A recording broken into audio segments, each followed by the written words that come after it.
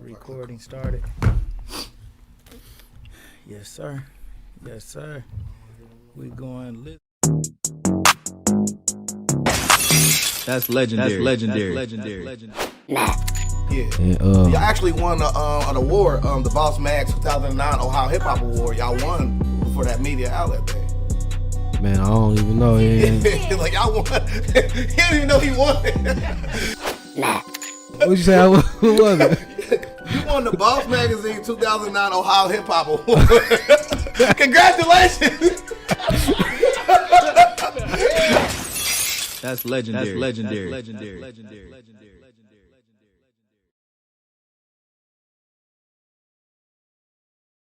Yeah. What's good, Josh? Your boy Peanut, aka Dash Resources, man. We got another legend here. But first, my man Stack Smith. Man, what's going on? It's your boy Smedro Commando in the building, man.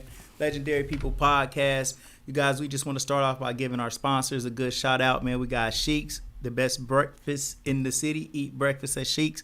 Got French toast, good old potatoes, some turkey bacon, good old eggs any way you want to make. And then after you're done with that, we want you to go to Agnes All Natural Grill for lunch. Agnes All Natural Grill. They are on the corner of Wayne Avenue and 3rd Street in Dayton, Ohio, man. So check out my brother Jose Estremera at Agnes All Natural Grill. And last but not least, if you ever get injured in any kind of way, go straight to the hospital and then call Attorney Michael Wright at 937-222-7477. And don't forget about my pop-up shop. Shop till you drop the Yo MTV Raps pop-up shop going down this Sunday from 2 to 7 p.m. at the Blackout Hall on North Dixie. And check out our little cool-ass commercial that we got. And then we'll be right back, man, with a real legend. Yeah. Hey. What's up, y'all? T-Shirt Kings in the building. And it's a real flyer queen. What's going on? It's going down right here at the Blackout Hall. This Sunday, bro, we doing a Yo MTV Raps pop-up shop at the Blackout Hall on North Dixie. And we got vendors from all over the city coming through. We got Sheena, 708 Icon Beauty, 218 Bikini Goddess, Be More Ink, Bedazzle Boutique, Worth It by Ray, Hair Flatables. I So Fly. We got Love that do the sweet paintings and portraits. And then we got Outline Black. Man, big tables everywhere, man. Come and support your local vendors. Yep, this Sunday. So make sure you come out, come shop with them. We got DJ Ron Hunter coming through. He gonna be spinning on the ones and twos. Man, it's Yo MTV Rap pop-up shop, man. It's going crazy, bro. Yeah, so make sure y'all come through. Yeah. Marmar, what we gonna do in there? We gonna go crazy, bro. Lit. Yes, sir. Yo, what's good, y'all? Listen, y'all, like I said before, every time I say we got a legend that's higher than the other legend, look, when have I ever lied to y'all, man? Like, have I lied to y'all yet, bro? Without further ado, we have another legend, my nigga Peso Mulah. What's good, bro? Hey, what's poppin'? Good, appreciate the invitation. Peso. What's up, Smay? How you feeling? What's good, bro? Man, coolin', man. I got set the tone early, man. So, bro, let me call you PV. Damn, you went deep. Yeah. Let me set the tone quick. Nah, yeah. I mean, if you know PV, that's a childhood name, man. That's how I grew up as. That was my, everybody got their nickname, but a real nickname to me is I didn't generate that like a year or two ago. Like I've been PV out the womb. PV, 2 letters, that's it. And if you know me, you know me. Word. I appreciate that that research though. You threw me off. So here at the Legendary People Podcast, we like to honor our legends by finding out where they grew up at, which is the origin. So without further ado, where'd you grow up at? Trotwood, Ohio. Olive Road, Olive and Fairgrove. Cool. Back when Salem Mall was popping and Best Buy was over there and everything. And yeah, bro, it was a great upbringing. That's when middle class was actually like a thing. It was poor, middle class, rich, and it was a smooth upbringing. I can't complain. Like, pretty cool. Right. Yeah. So, like, what kind of things did you get into on, like, the early side? We talking, like, elementary school, like? Shit, baseball, man. Baseball, like, Trotwood had a heavy, Little League? Yeah, Yeah, you know. right. Yeah, you know what I mean? With T-ball and everything like that. So, baseball was definitely something that, I was attracted to, and that's when Ken Griffey was playing for the Cincinnati. Yeah. So it was a whole thing with baseball. You know what I mean? Like I wasn't a Jordan fanatic like that. You know what I mean? Like so it was baseball was my thing coming up. That was really like what I was intrigued on. And, that shit kept me out the streets in a sense. I was fucking with that. Right. So like growing up, do you have your mom, your dad there, any siblings? So older brother, older sister. Shouts out to them. What's her name? P. Putty and Ashley. Yeah, man. Shouts out to Put. If you know Big Put, you know Big Put. But and my sister Ashley, yeah, like our last name whole weight, but I ain't gonna say none of that, Yeah. But yeah, so I had my brother, my sister. Pops wasn't there really at all, but awkwardly I got a relationship with him now.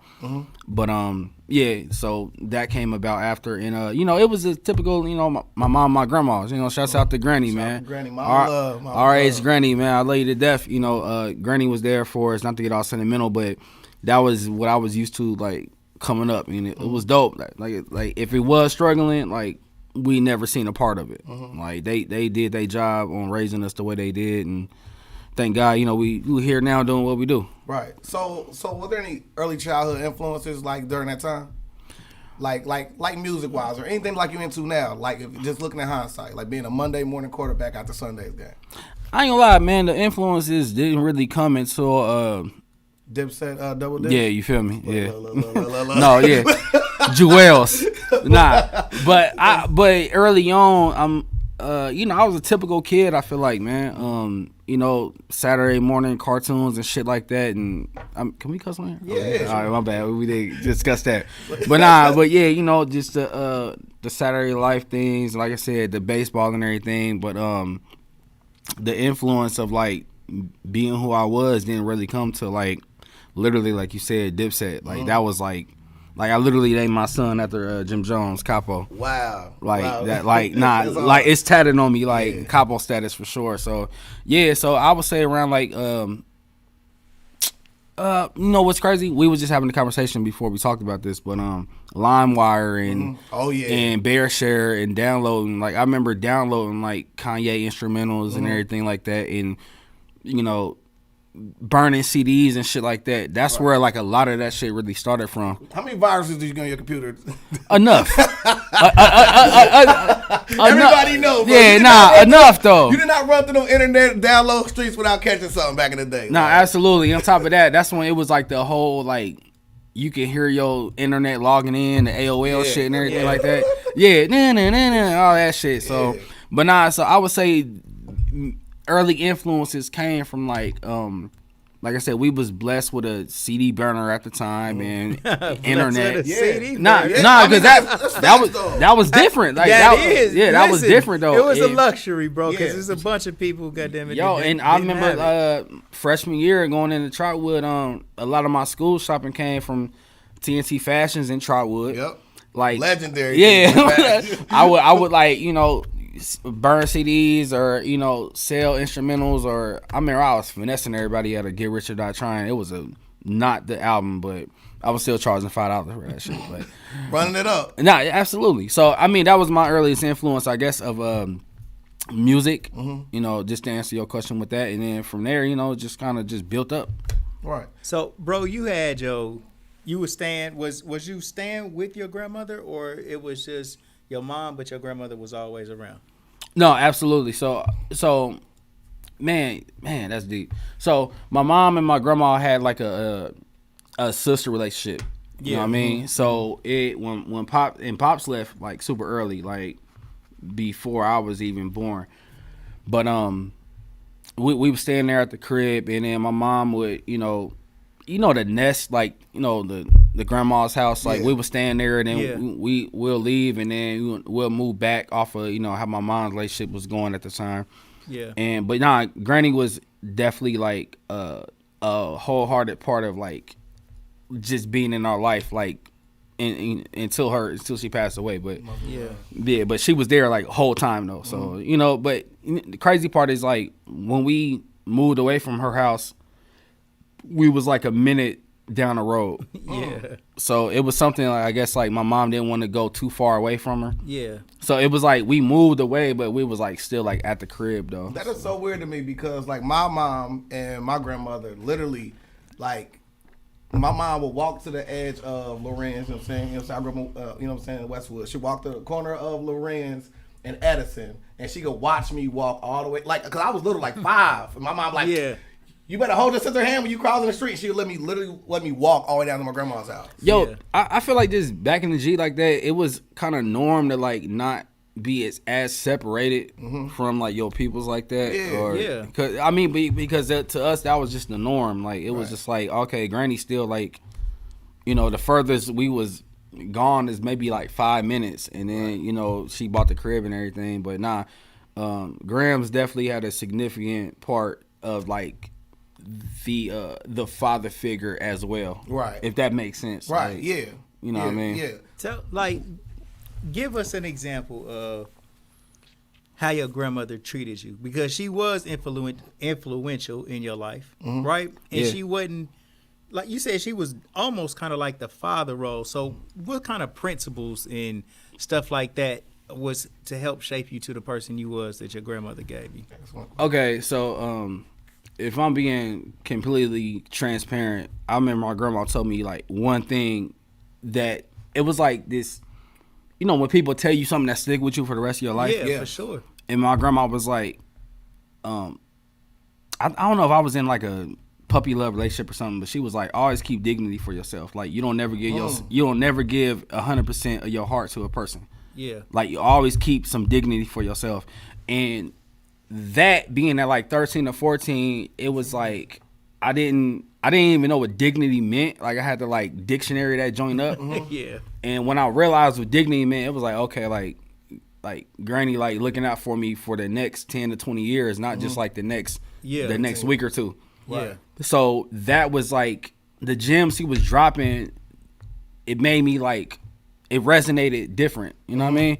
Yeah. It wasn't like, damn, like, you know, fuck bitches get money. You know, it was like you telling me something that I can pass on. Yeah, you know what I mean? Like, I can pass on. So her significance of how she was to me with that role was, you know, she left gems for me to like think about after. You know what I mean? Not just like the typical. I don't know how everybody's grandmother was or them, but I was similar to that.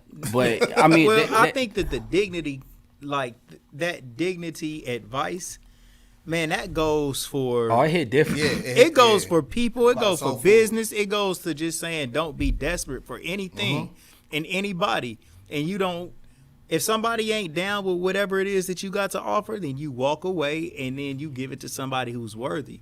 But you know, that's business too. You know what I noticed with that too is everybody has a different relationship with their mother or their grandmother or anybody like that. Yeah. And I don't think she told my brother or sister something like that. Like she told me. So it's weird, like, not even trying to put myself at that pedestal, but it's weird that she told me something like that at the age I was. Because it's like, would that have resonated with my older brother or sister? In you, like, you know what I'm saying? Because like, I think so too. I mean, not to cut you off. I'm sorry, but I think like, damn, it's like you could have told. I don't know who you told this other two, but it hit me in a way of like, damn, you had to tell me that. Right. Yeah. Like that, and it stick with me to this day. Everything ain't made for everybody, man. You know what I'm saying? Absolutely. But she best believe she dropped some game on them too. Man. Best believe she told them something that was good for them too. Absolutely. And this is for memes and Instagram posts and captions. Like, nah, Granny kept it G with me, and you know, that was her staple to me. It's like that shit stick with me to this day. Man, shout out to Granny, bro. Granny. Absolutely. So how was elementary school? Matter of fact, what elementary school did you go to? Went to Broadmoor. Like I said, Trotwood legend, if I'm gonna throw that out there. There we go. Legendary. Bro, is one place you get your legendary office right here on this podcast. Nah, man, I'm a Trotwood veteran. I say that, man. I went to Broadmoor. What was that like for you? Because are you going to school essentially with the same people that you live in the same neighborhood with? Yeah. So same people that I was growing up with, kicking it with, and then you know, growing up in Trotwood, it was like 6 fucking elementaries or something like that. So you people who you, all right, we on the same bus, so you right up the street type shit. So, you know, it was cool. Like I said, Broadmoor was just one of the elementaries in Trotwood that I grew up in. You know, just did me there. You know what I mean? Like, I can't really say how much Broadmoor molded me, but it just was like, well, to this day though, like, that's where a lot of my people's like who I still kick it with to this day. Anybody notable that you met at Broadmoor that like you still kick with today, or to give them love? Like, you know, Who are some of the most popular people? In Hold on, school bro. with you? Are y'all putting me in a position of like I gotta name somebody specific? Nah. Yes. I mean, Who are some of them real no, dogs? Who are some of them dogs you went to school with? I'm about to say who. I mean, hold on. How deep we going? Shit. This is whoever. your life story, bro. Yeah, just some of your friends. Who was your closest friends? You at said the some school? people who you still cool with today. Who you cool with today? Phoebe. Phoebe. He trying to finesse that line or something. Nobody. He trying to finesse that line, bro. I mean- already read it, cuz. Look. I done the Put me research. on game, Bro, you said you got 8 friends. Yeah. Okay, so who do you? Man, he think I don't know this. Nah, because man. I don't know if I need to name anybody specific Right. for this platform. Nah, like this name They eight gonna friends think you got, they. bro. They gonna think. Damn, it gonna be 8 friends? All right, maybe I was exaggerating. All right, Maybe yeah. like 5 or 4. Okay. All right, bro. Like this name people you cool. Man, with. shouts out to my nigga Big Play. Shouts out my nigga Ruger Rush. Shouts out to my nigga Dell Money. Shouts out to Railroad. There we Well, go. he ain't Yes, really sir. in trouble There you with, go. but shouts out to Railroad. Shouts out to man, who else was in Trotwood? I don't know, man. It's a lot of people, man. Yeah, facts. No doubt. A lot of That's people good don't fuck enough. with no more, but It happens, bro. It happens. it happens, man. You grow up. Yeah, you grow up. yeah. Now we get to middle school or high school, that's a whole different story. Who Right. I was kicking shits with at the time. But, Right. Yeah. For sure. Yeah, for sure. So I mean, so we done with middle school. Obviously, it's a hurtful moment. I'm playing with you, bro. You So, grow up. Yeah, You yeah. grow up. So you grow up and then now you starting to, move into middle school, right? Yeah. Are you into music or anything at this point? Are you trying to do anything? I mean, I know Dipset a little later. Nah. Dipset wasn't until like high school. Right. And that's a prime moment in my life. But so middle school, like I said, we was talking about LimeWire and downloading music. And, at that time it was like just looking up Kanye West, I thought it said Kanye West type shit. So I'm just kind of indulging in a different type of music that I didn't even know what instrumentals was until that's just a beat. Right. And I'm downloading this shit. So now it's like, okay, like the process of getting into the music is like, okay, my people's trying to rap and I'm downloading this shit called instrumentals. Mm-hmm. So I was like, okay, like damn, and I got it, like I said, like I got the CD burner. Right. So it's like, oh, okay, bet. Like I can give y'all niggas beats and shit, and it transcended into that because Down there turning into a producer. I mean because Have you watched us argue over this? No. Well, I mean, since you downloaded that beat and gave it to your friends, you was the producer. Don't do that to me, You was man. the producer. Man, don't do that to me. That's what he say. At this day and age, co-producer. Yeah. If that. Thank you. See? Right. Or executive producer. Okay. Okay, wait. But is that still a producer? No. Give me my point. I mean, because The name is in the title, bro. Executive producer. No, executive is like, bro, I'm gonna provide this to you because I think you What's should the rap last over name this. of the title? Producer. So what? But now I'm saying Alright. But I'm saying but I think Man, if we get back, y'all talk about this off camera. yeah, we will, because apparently Smeg got a whole nother story behind this. But The viewers know. but that was I think executive producer.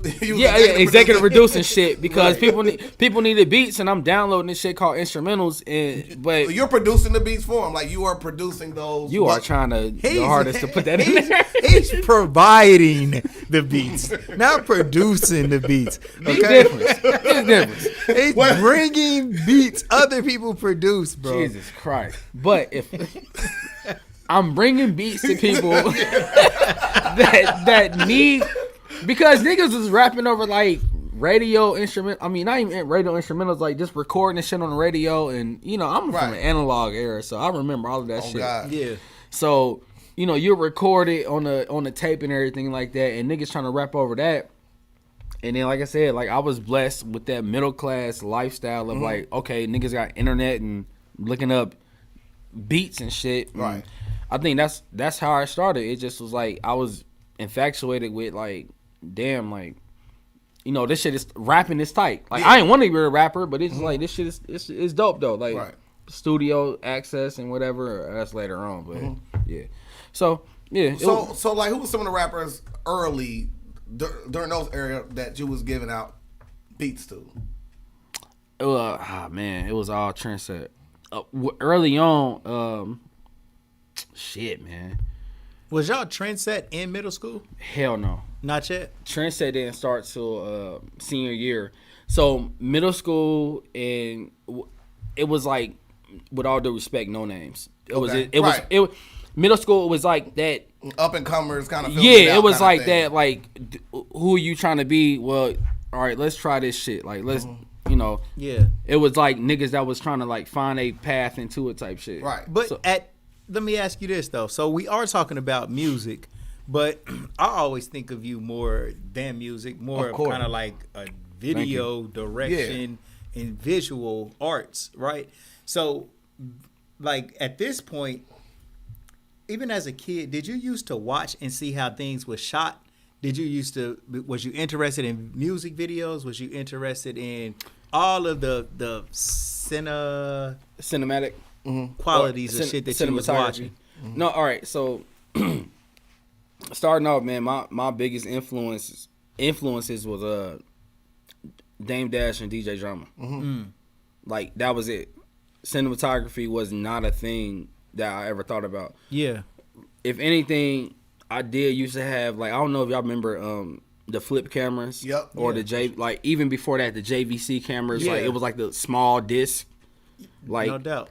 I was always intrigued of like gadgets and that was my thing. And on top of that, man, like pictures was cool, but when I first got introduced to recording things and like watching things on playback, like that was it. That's where the flip camera investment and the JVC camera came in.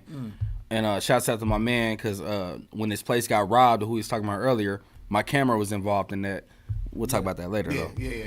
But I was always intrigued off of just the imagery of it, you know what I mean? Yeah. But now, like, cinematography wasn't it, man. Like Dame Dash, he I like the CEO vibe. Like minus the ego, I like the I'll run my own company type shit. And then Drama, with the music aspect, that's when I was hosting mixtapes at the time. Yeah. And I don't know, I like being a behind the scenes kind of person, but still the forefront of like, but still involved with what's going on. Exactly, yeah. Which is exactly what being like a videographer is. You're behind the scenes. That's a bar, and you're still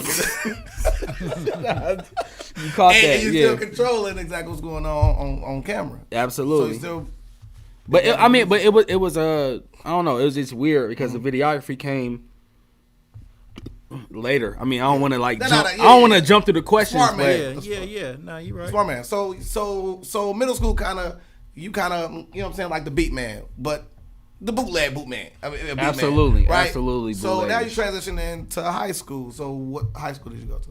Trotwood, Madison. Okay. Trotwood legend. Okay. Come on now.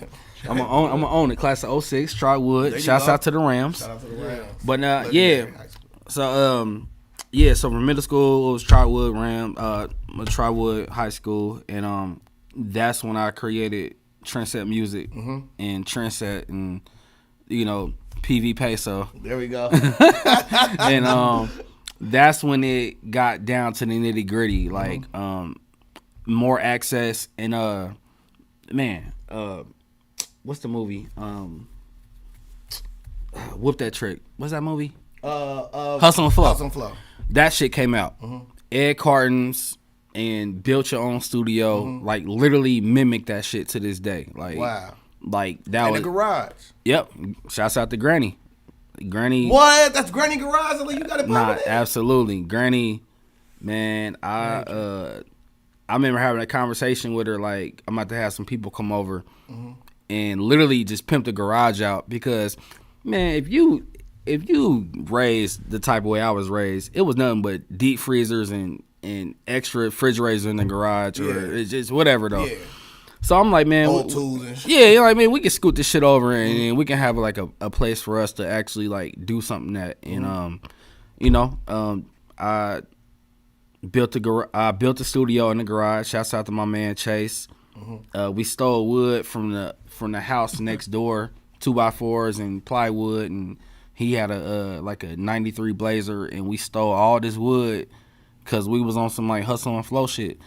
And yeah, man, we I'm talking about measurement tapes and everything. We built the studio, and that's where that shit started, man. That's where Trendset started, to be honest. So also, you know what I'm saying, like legendary time during that time is MySpace era. So like walk us through the MySpace era, bro. Man. Yeah. MySpace,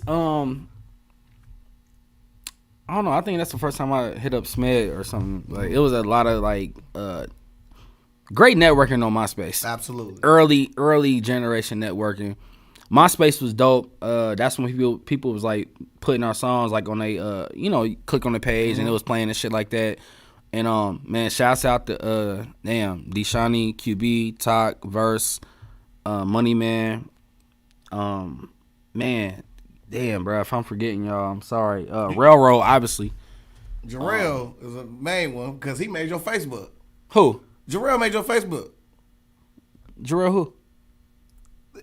Bro, on your Facebook, you go down there. Railroad? Yeah. No. It's somebody named Jarrell who made your Facebook. Oh shit, that's deep. This is live interview. Yeah. Not all right. That got to be Jay Lee. All right, Yeah, it got to be Jay Lee. Oh yeah, shouts out to Jay Lee, Dale Money. Like I said, shouts out to North. Yeah. Rest in peace, Youngin, because Youngin was a part of Trendset when we first started that too. Man, Youngin, I ain't. Yo, Youngin was the first person that showed me what product placement was. Like he had a Yankee hat and on a back end, the fitted joint, he had Trendset tatted. I'm like, yo, where you get that done at? He like, man, this was at the mall, but it was the first time. Like, I'm like, damn, like we can press shit up on hats and shit. Like, it was back in the day, fitted, new era. It's like, man, that shit going crazy. Yep. But yeah, my bad though. But yeah, Jay Lee, Dale, they probably did start the page because we had a you was jumping on MySpace. One of the reasons for you to come to Facebook, but somebody tried to convince you to go to. Come on, man. I mean, because back in the day, bro, it was hard to even like sign up for like certain like websites. Like Facebook, you had to go to college. You had to go to college for that shit. So MySpace was our first introduction, and like, okay, we on the internet, like our .com or our / like nigga, we repping that shit like a motherfucker. Like MySpace was the best thing ever. Okay, Black Planet, I was a pervert on that joint. Me too. So, Yeah. so I can't even. Me too. Black I Planet. never had a MySpace. That's why I always want to ask you about the MySpace era. I never had one. Bro, I was too lit on Black Planet. Yo, Black Planet was definitely hornballs, but that's a whole nother interview.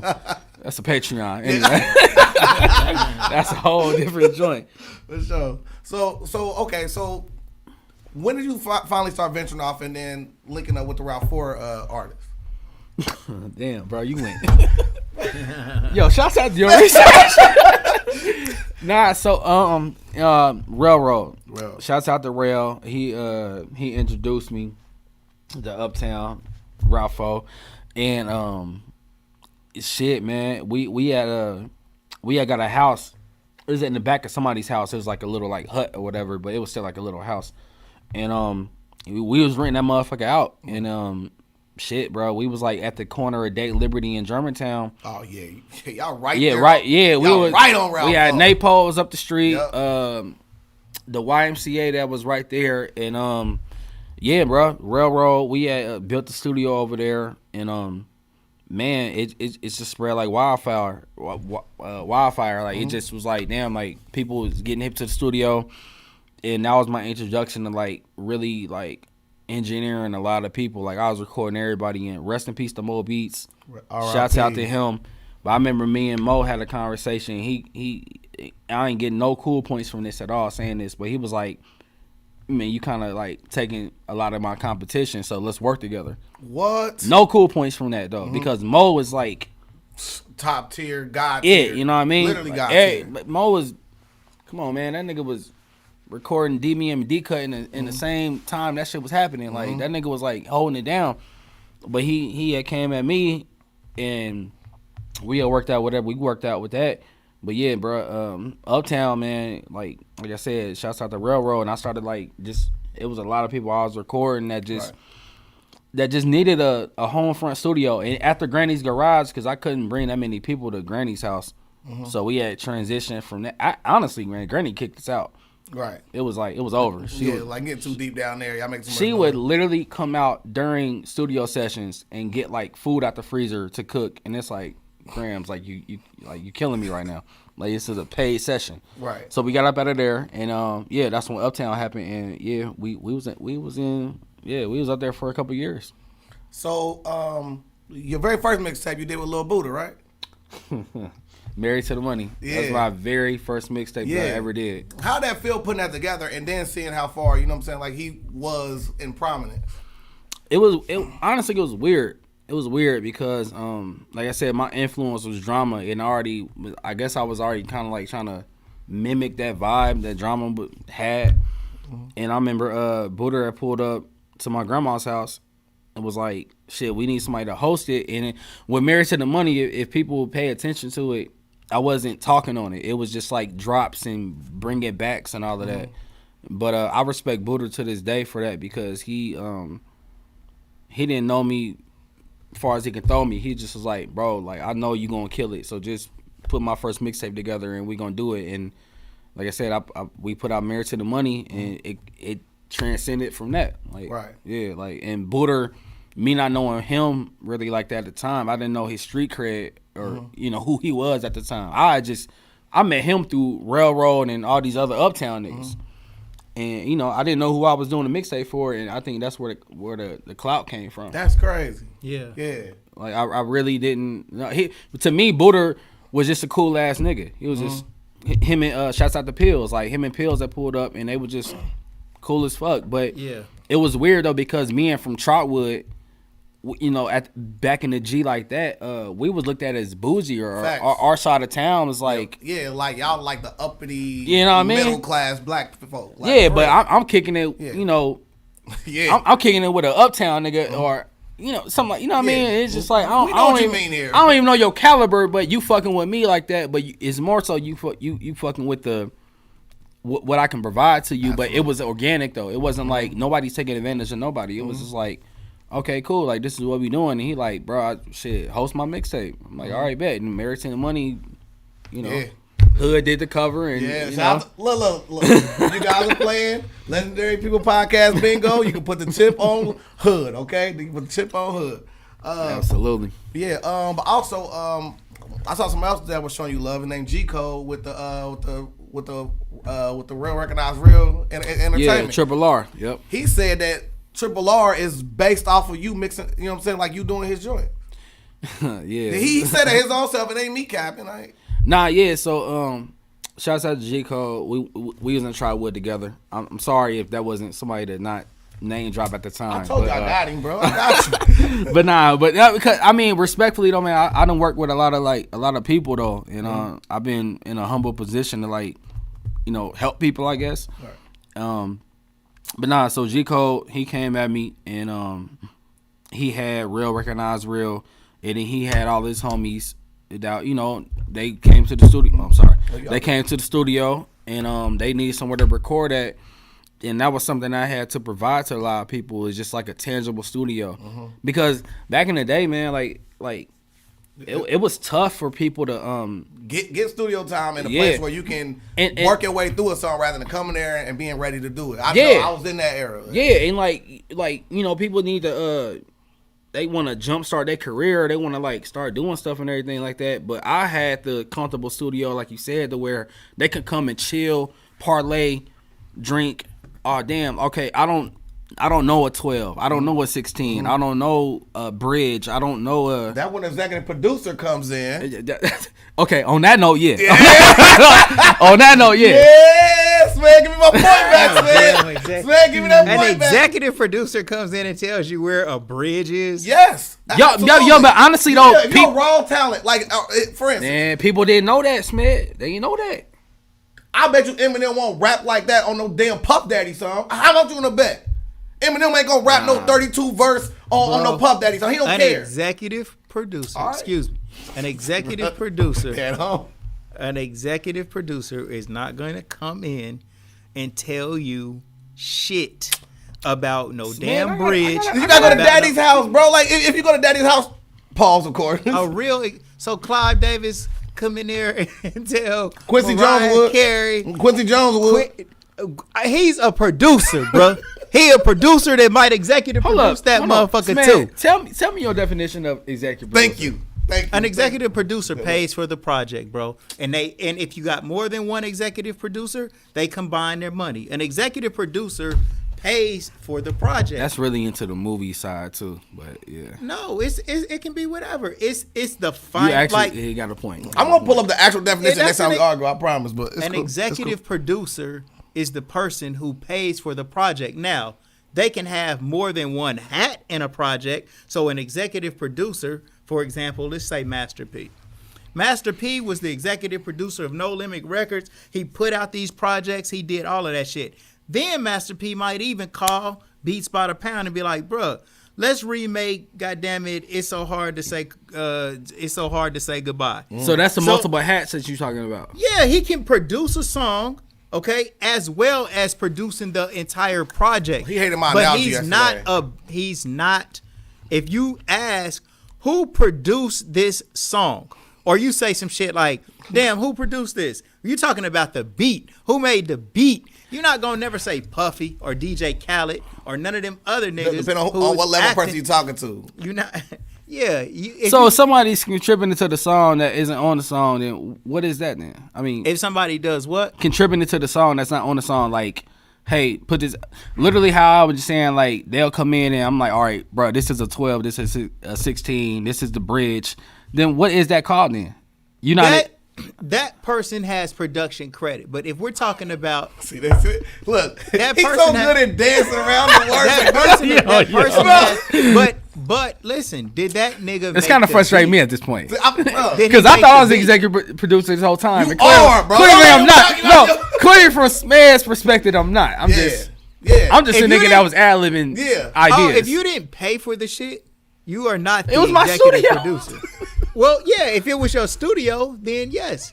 If it's your studio and you paid to get the CDs burned and you got the album covers made, or you did one of these jobs that contributes to the putting out of the product. I love you said that. You are the executive producer. Okay. The executive Like how you producer. said, if you were involved in any portion of this, is the part I love. Because you think like any producer only means making beats. If we call making beats, and then be beat maker. It wouldn't be producer. you got Producer different- do more than just Bro, one thing. you have But the technical term of executive producer is the funding of it. yes. But now with in ghostwriting and all that shit, like it got oversaturated with like the technical terms of like who contributed That's how they what cut to your the check joint. up to where you only get 10 cents on the dollar on your stuff. Pretty much. Yeah, the Pretty much. executive producer pays everybody. We're gonna and revisit pays it 'cause for I the got shit. Okay, I didn't pay anybody. We're gonna revisit that. But it was your studio. Yeah. So if it's your studio and you're not charging anybody to come in there and record, I was charging everybody. I mean, well, Enough you're not people. the executive producer of their projects then. well, You're not. back to G Code. yeah. You're not the executive producer of nobody. All right, man. Shouts out to Triple R. Well, listen to me. Shouts Listen. out. No, Go ahead. No, listen to me. There is a scripture. There's There's a scripture. a scripture. A whole nother This pod- nigga went to a BibleVerse.com. podcast. It says, It's a scripture. rebuke a wise man and he shall love thee. So when somebody's teaching you something, Oh, my just God. Man, I ain't never got listen and son love with a that scripture. shit. in the Never, middle of- bro. Well, you had a day, Bro. Let's go. Yo, but shouts out to G Code, Shout out Triple to R. G-Code, man. Triple R, man. Nah, that's a homie from Trotwood. Like I said, if I'm gonna be honest with that too, like I said, with me being a Trotwood person, not to discredit myself, but I really got hip to a lot of like the city from working with like Booter and G Code and Coogee, Lansky. Like they had me in parts of the city or recording or whatever. They had you in some compromised positions and you was still good, but you trying to say. Yeah, because I shot a video on the hole one time. Oh, no. Yeah, that shit was sketchy. But but yeah. I mean, you left with your camera, so it's cool. Yeah, but left with questions too, but it's all good. So wait. So speaking of funny video shoots, right? One video I saw was where y'all was recording a video and y'all set the fire alarm out. Can you tell me what happened with that? It was with Railroad. Oh shit, that was damn. Okay, that was with who we had. Damn, that was Hood. Y'all were dressed up in suits and all that. Yeah, Hood that was on here said salute to you too, bro. Hood who said that? Hood. Oh yeah, Hood. That was Hood that shot the video, by the way. But Hood shot that video, and it was supposed to be like a behind the scenes thing or something like that. But we was doing a photo shoot for Railroad's courtesy of Get Mine mixtape. Yep. And we ended up like rest in peace to Colin English. He had just passed away, and we just felt like, all right, we're gonna play the song. He was on the album, and Hood just ended up just doing a couple scenes, and I think it was Dre Tuck. Somebody was doing photos there too, but it was definitely like a moment of like, damn, like it. The fire marshal showed up like with the whole joint on. Yeah, okay, because niggas started smoking cigars for the photos. No, it's for the photo. And then they came in trying to shut shit down, and we just ended up waving like the smoke off. But yeah, good moment, man. It was, but rest in peace to Kylie English. That's why we did that, and it was dope. I want to ask you, something like about that, a little bit more about Colin English. So, I mean, like we all heard his music post-mortem where, you hear his voice, beautiful talent. Would you personally, like, knowing him, like, how far do you think he could have went, like, musically?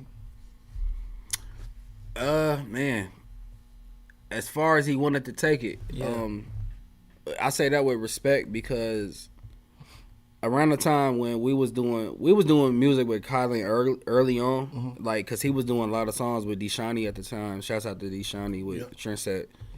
But he was doing a lot of songs, and Kylie was around very early on before he had his kid and everything. And I think with his child coming and him being his age, real life circumstances was like getting the best of him rather than music. And I ain't chasing no clout from that, but the way his music was going, it was like real life was getting in the way of like how, like, we used to let Colin come to Uptown all the time and record. Like him and Railroad did Taking Over the World with Hood that shot it, and then he passed after that.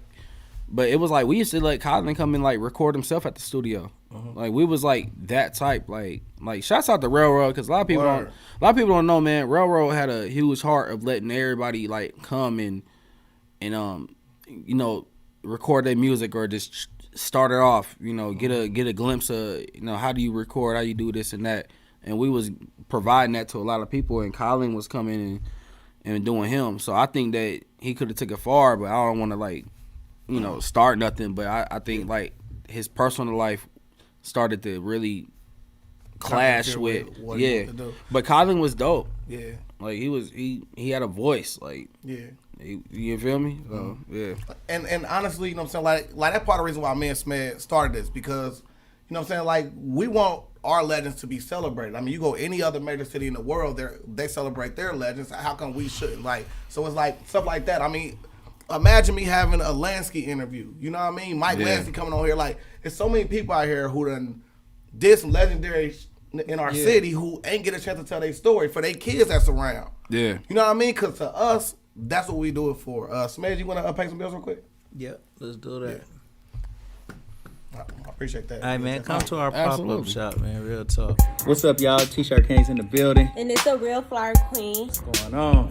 It's going down right here at the Blackout Hall. This Sunday, bro, we doing a Yo MTV Raps pop-up shop at the Blackout Hall on North Dixie. And we got vendors from all over the city coming through. We got Sheena, 708 Icon Beauty, 218. Bikini Goddess, Be More Ink. Bedazzle Boutique, Worth It by Ray. Hair Flatables. I So Fly. We got Love that do the sweet paintings and portraits. And then we got Outline Black. Man, big tables everywhere, man. Come and support your local vendors. Yep, this Sunday. So make sure you come out, come shop with them. We got DJ Ron Hunter coming through. He gonna be spinning on the ones and twos. Man, it's Yo Coming MTV through. Rap pop-up shop, man. It's going crazy, bro. Yeah, so make sure y'all come through. Yeah. Marmar, what we gonna do in there? We gonna go crazy, We bro. lit. Yes, sir.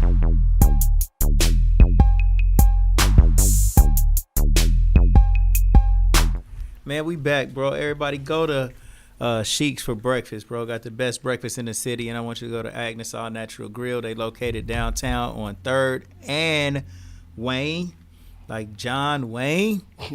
Speaking of John Wayne, have y'all seen them whipping the niggas coming across the border? It's absolutely ridiculous. Despicable. I'm tired of this shit. And they said, they're not whips, they're reins. But they steady swinging them reins as Haitians, bro. All right, bro. This ain't a gun. It's a catapult. This is ridiculous, bro. Oh, and then, man, if you ever get injured, buy a rein or a whip when you're crossing the border. Go straight to the hospital and call my brother, Attorney Michael Wright, at 937-222-7477. Man, this weekend, me and Marmar, that's the real Flyer Queen, we got a pop-up shop at the Blackout Hall. My bro P. Nut Johnson's gonna be there, bro. We're gonna go crazy, bro. We got vendors from all over the city. We're getting down to the nitty gritty, man. Throw on some stuff from the 80s and the 90s. It's a Yo MTV pop-up shop, and it's going down non-stop. But I got my bro Peso Mulah in this thing. Peso, let me holler at you real quick, King. Yes, sir. So, you recorded the great Kylan English, bro. Yep. Kylan English is a legacy all by itself, man. His name means so much to Dayton, Ohio, bro. And coming off of the back right now, there was just a police shooting. I don't know if y'all seen the footage of this police shooting, but a guy shot the police officer. Did you see this shit? Guys, y'all can see it on Facebook. The police officer had to shoot somebody the other day. I mean, it might have been yesterday. The guy was on the ground, pulled out a gun, bang, shot the police officer. Body cam caught it all. Police officer was bleeding. He shot the guy 5 times and killed him. Okay? And so this is a police officer. They put the video out because the police feel as though they're justified. And if there's ever a reason for a police to shoot somebody, it would have been this case, okay? And I hate to see any brother get killed by the police, but this was some shit that you would be like, damn, the police officer was really defending his life. The Kylan English shit was something different, bro. Absolutely. How did you feel when somebody who was coming to record at your studio was all of a sudden dead in such a bizarre ass way that seemed like it could be unreal for you to escape out of a police car while it's moving and then throw yourself over a bridge? What was your views, man, over somebody that you knew so well? Man, it was eerie. It was that time of the year, man. It kind of stretched out longer than it should have, or because it was like not to get political or nothing like that, but you know the George Floyds and everything. Man, it hit different when it's one of your homies. Yep. Right. So Dante Price. Yeah. So it hit different, but it's like you can't get clouded by judgment from like people's speculations or who was around, or you know, I done heard stories of people who was actually at the hospital when they brought him in and everything like that. So for me, it was just hard to accept it, but at the same time, it was hard to even claim a judgment of like what really happened. Right. Yeah. Cause you don't want to sound like just the nigga that's like hating on 12, the police, and you just don't know. But it just was. But at the end of the day, like deep down, it's just an eerie feeling of like, bro, like some shit, man. You gotta question it, but I don't. But nobody got no questions from it. Like to be honest with you, only the people that was truly involved was it. But I've only had so many times in my life to where I lost like people that I was like cool with or close with. Like I said, shouts out to R.P. Young. He died the night of my birthday. Wow. But it's just when things hit like that, it just hit different. And you know, it's just weird, man. Like I don't know. So I don't know what that had to be tough too, man, because that's North's nephew. Wow. And he was my nephew by the way of North. That's my ex's cousin. I remember at the funeral, you was like, man, we'll be cause you talked at Young's funeral. Yeah. And you was like, man, we'll be in the back of the shop. And then you was like, I think somebody was talking about like D-Cut. You was like, Young would be repping Trendset. And then it that hit us so heavy in the seats, because it was like we knew Young was for us, Yeah. But but Young was really, like I said, like he was really like, man, let me tell you a story about Young, Here we man. go. Let's go, Young. Young will pull up. Young Here we will go. pull up at Wright State. Yeah. He got the Benz 2-door joint. Man. He would do the most. He'll Yeah. get out, Yes, he will. cock the wheel, Yes, he will. put his foot on the front bumper and sit there like Yeah. you know what I mean? Like we ordering like Penn Station at Wright State or something like that. But he got to get out the Big car flex. and you know what I mean. Yeah. But it just was like the presence that he was making. Like, nah, this is trendset. Yeah. There's way more stories I could tell, but I'm not. But Yeah. Right. but it was just like the presence he made of like trendset. But to go into your question though, man, it just be crazy to just talk to people and be cool with people and have them on the daily, and then it's just like, damn, they gone. Yeah. The only last thing you got is like, you know, thank God for like a video that I recorded of somebody you can hear their voice, but Right. you know, it's tough, man. It's Yeah. tough, bro. And so, like, maybe when we was talking at the funeral, when I was up there kind of talking about Young, it was like y'all knew me, but y'all might have just been looking at me like, that's Smed that owns T-shirt Kings and Gold for Your Mouth. That's a big bro right there. Right. You know what I'm saying? Absolutely. Something like that type of vibe. But to know how close me and Young is, and when he in a completely different circle around y'all, even around Smed and his Uncle North that got all of this other shit going on, he still represents Trendset so much that I know about Trendset because that's all that he talks Wow. about. That's hard. And that was so like, and by you saying that, I kind of get that because, man, Young loved y'all so much, bro. Yo, Fat Sean Yo. and Trendset. yo, but Man, but Young represents so much shit. He's from New York. So he kind of looking at, remember North said all dating niggas was corny? Mm-hmm. Young probably had that same type of vibe. And if he was willing to come and kick it with you, then you was a selected, you was major. yeah, that shit was deep. I Yeah. mean, to be and first off, For sure. like to be a New York nigga individual, like, Yeah. back in that time. Yeah, you poppin'. Yeah, it was like, damn, a New York nigga, like, you know, repping us, claiming us. And then, but to this day, man, that's why, like, man, on my granny's last breath, like, I gotta keep Trendset going because for him to want to be attached to us like that, like I said, like, you know, with all the respect to myself, but we try with niggas. Yeah. But we created, I created a brand that he felt comfortable, like, attaching himself with. For sure. Putting that shit on his fitted hat and nigga, it's Trendset, and it's just like, bro, how can you stop? Right.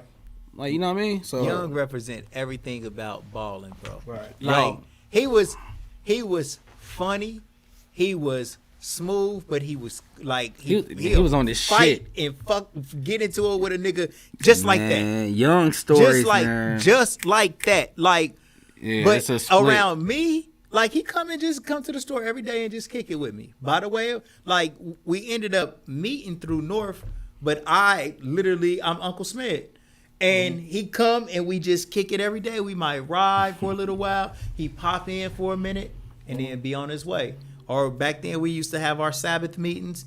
Pop in for a minute, then be on his way. Yeah. Oh yeah. Man, rest in peace, Young. Man, this is a R.I.P. great. Young, I man. love this part of this interview, bro. If we didn't love anything else, because it gave us an opportunity, man, to represent my little Yep. nephew Nigel, man. Love, man. Young. every day on my love you, bro. birthday, man. Yeah, we man. was at Gym Mill the night that happened, and you know, like that's the guy, man. Man. You know what I mean? Man. Speaking of some more legendary people, like you kind of ran into J.R. Star. My guy.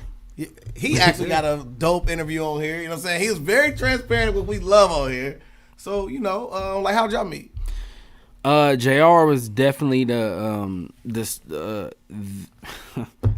instrumental beat person to He Trendset. the producer. God damn it. Yeah, JR the yeah. star motherfucking Yeah. producer. So- Producer. That nigga a producer. So A real it shit, was all a the homie way. at Trotwood I was cool with, and he introduced me to JR, Legendary handshake. and JR came through. We had linked up, and that's when he had Dash and O, and he had dropped some beats off though. Slicko. Yeah, Slicko. Yep. He hate when I call him Slicko. What the hell's his new name? I can't forget his new No, name. Superstar O. Oh, yeah, Slick. Sligo got bars. Yeah, that's what I'm talking Yeah, but he came through with Superstar O too. Yeah, Oh, okay. Superstar Yeah. O and Sleek O. Yeah, that's when O was doing. He was rapping at the time too. Yeah. And yeah, man, JR, I got introduced to his cousin. He came through, and we was at Granny's garage, and he came through with a CD of like 10 beats, and Right. I swear to God, I thought he didn't make them because they was so fire. It was like Dipset Jewels type shit. And Like you know it was yeah. everything. I'm I like, love Dipset era, bro. Them samples. and the niggas I'm rocking with, I'm like, bro, y'all gotta rap over this shit because this is the wave right now. Right. But nah, JR came through. Like I said, he blessed us with some beats, and then we built up. He was uptown with us too when we was up there at the studio, and because he made the Kylan, not to go back on it, but the Kylan Railroad taking over the world, he made that beat. Yeah. So we was all up there just creating. So me and JR started creating from like 2006 until now. Like it went up. Man, that shit is so cool, man. How talented people, creative people all merge together in some kind of way. Yep. Like, man, that talent and creativity becomes magnetic, man. Right. You know what I'm saying? Even me and Right. you hooking up. Yeah, absolutely. You know what I'm saying? Or us hooking up. Or Yeah. just like, you know what I'm saying? Just that vibe, that synergy, man. That brings The us crazy thing together. is like with me thinking, like literally thinking back on it now, it's just like, bro, I started Trendset and didn't really know how I was gonna move forward. Yeah. It just like you said, when people just link up, you just kind of catch the vibe of like, okay, this shit feel right. Right.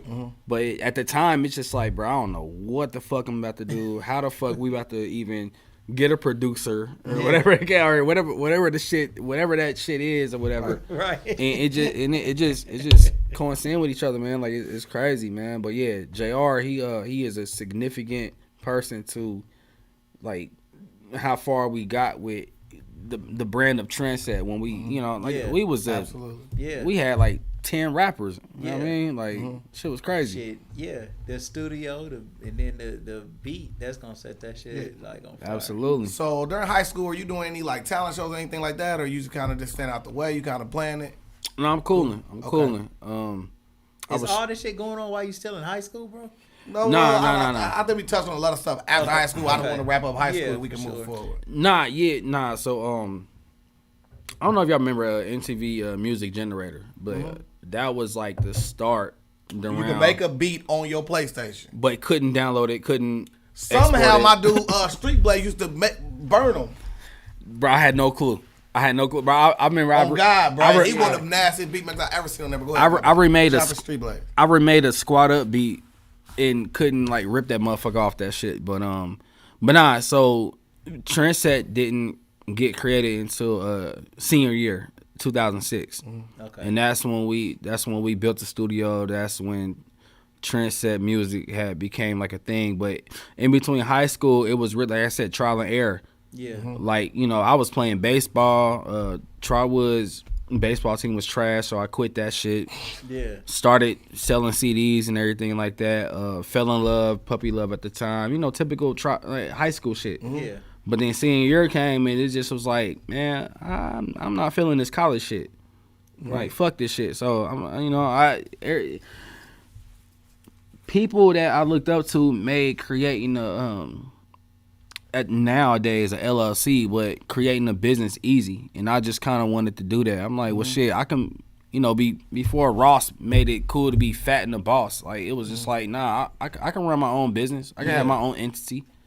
So I kind of just had, people listening to music, but I kind of just was like, damn, who the motherfuckers creating the music? Who's doing the behind the scenes shit?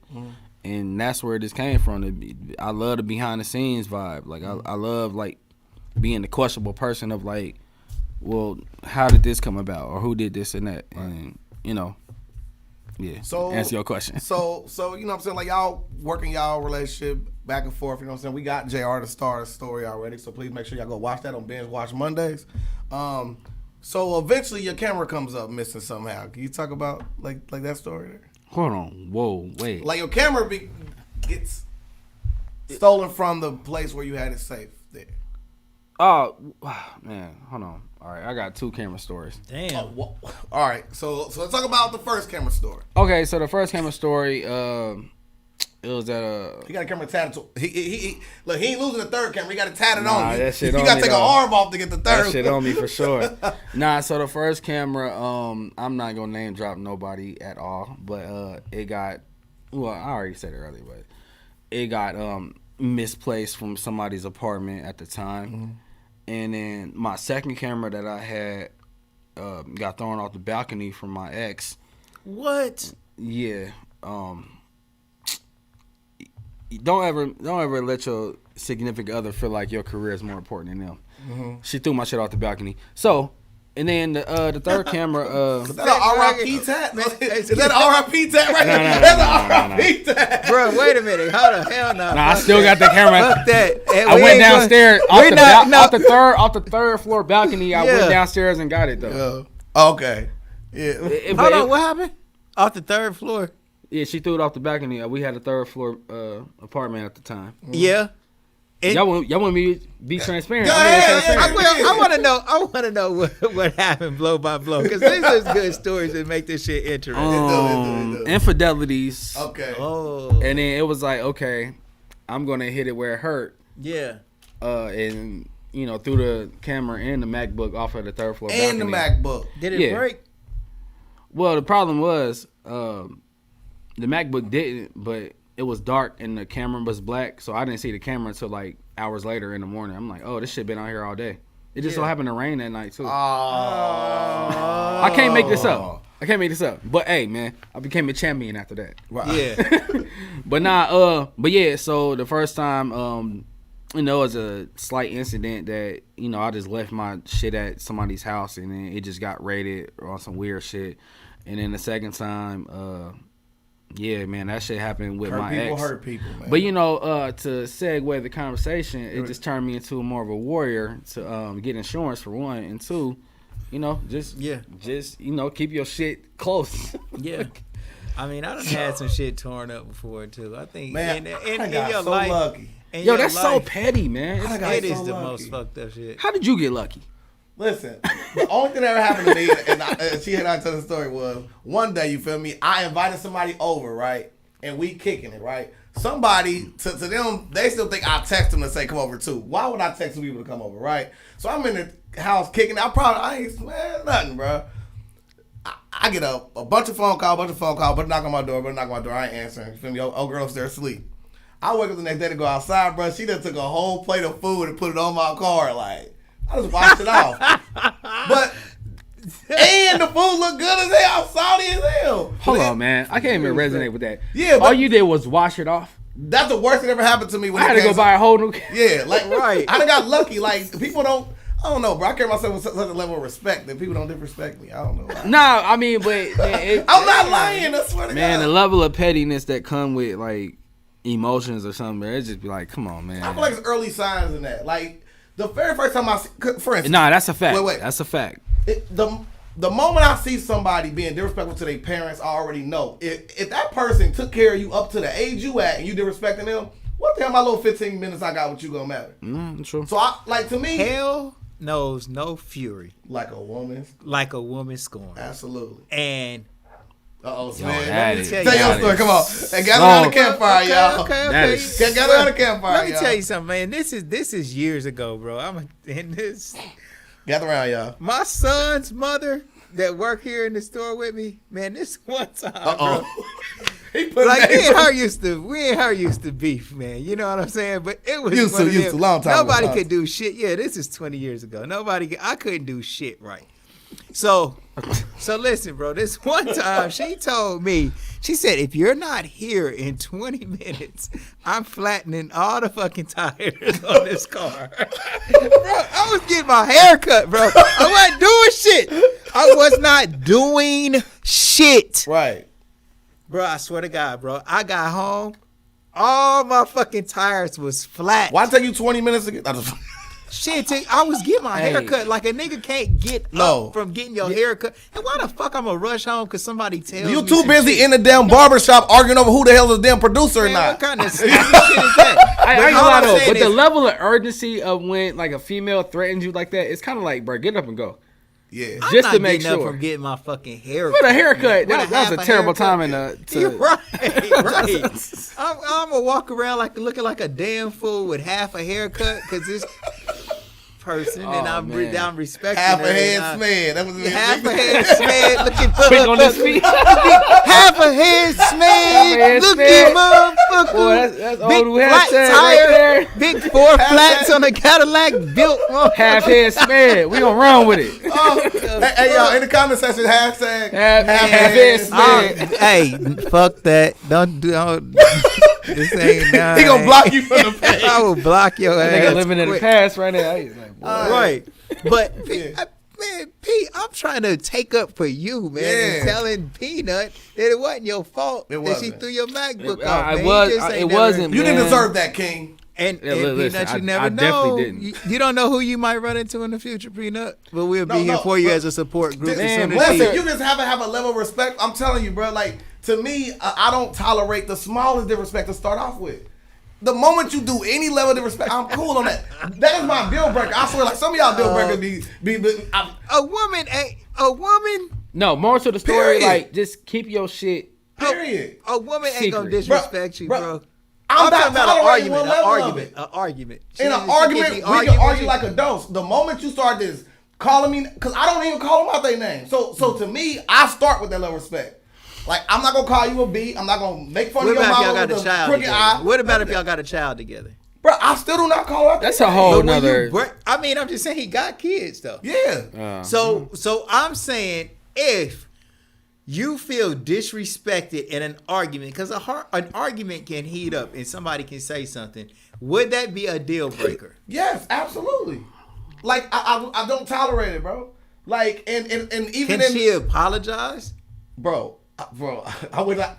Hey, we man, talking how petty I am. My man like what he like. He like what he bro. I value respect. I value respect over a woman's features, bro. Yeah, I mean, absolutely. I'm with that. I mean, we all do too. I do too. So what I'm saying is, it don't be the and I'll be all because she bad. Like I don't. You disrespectful. You are disgusting to me because you're disrespectful.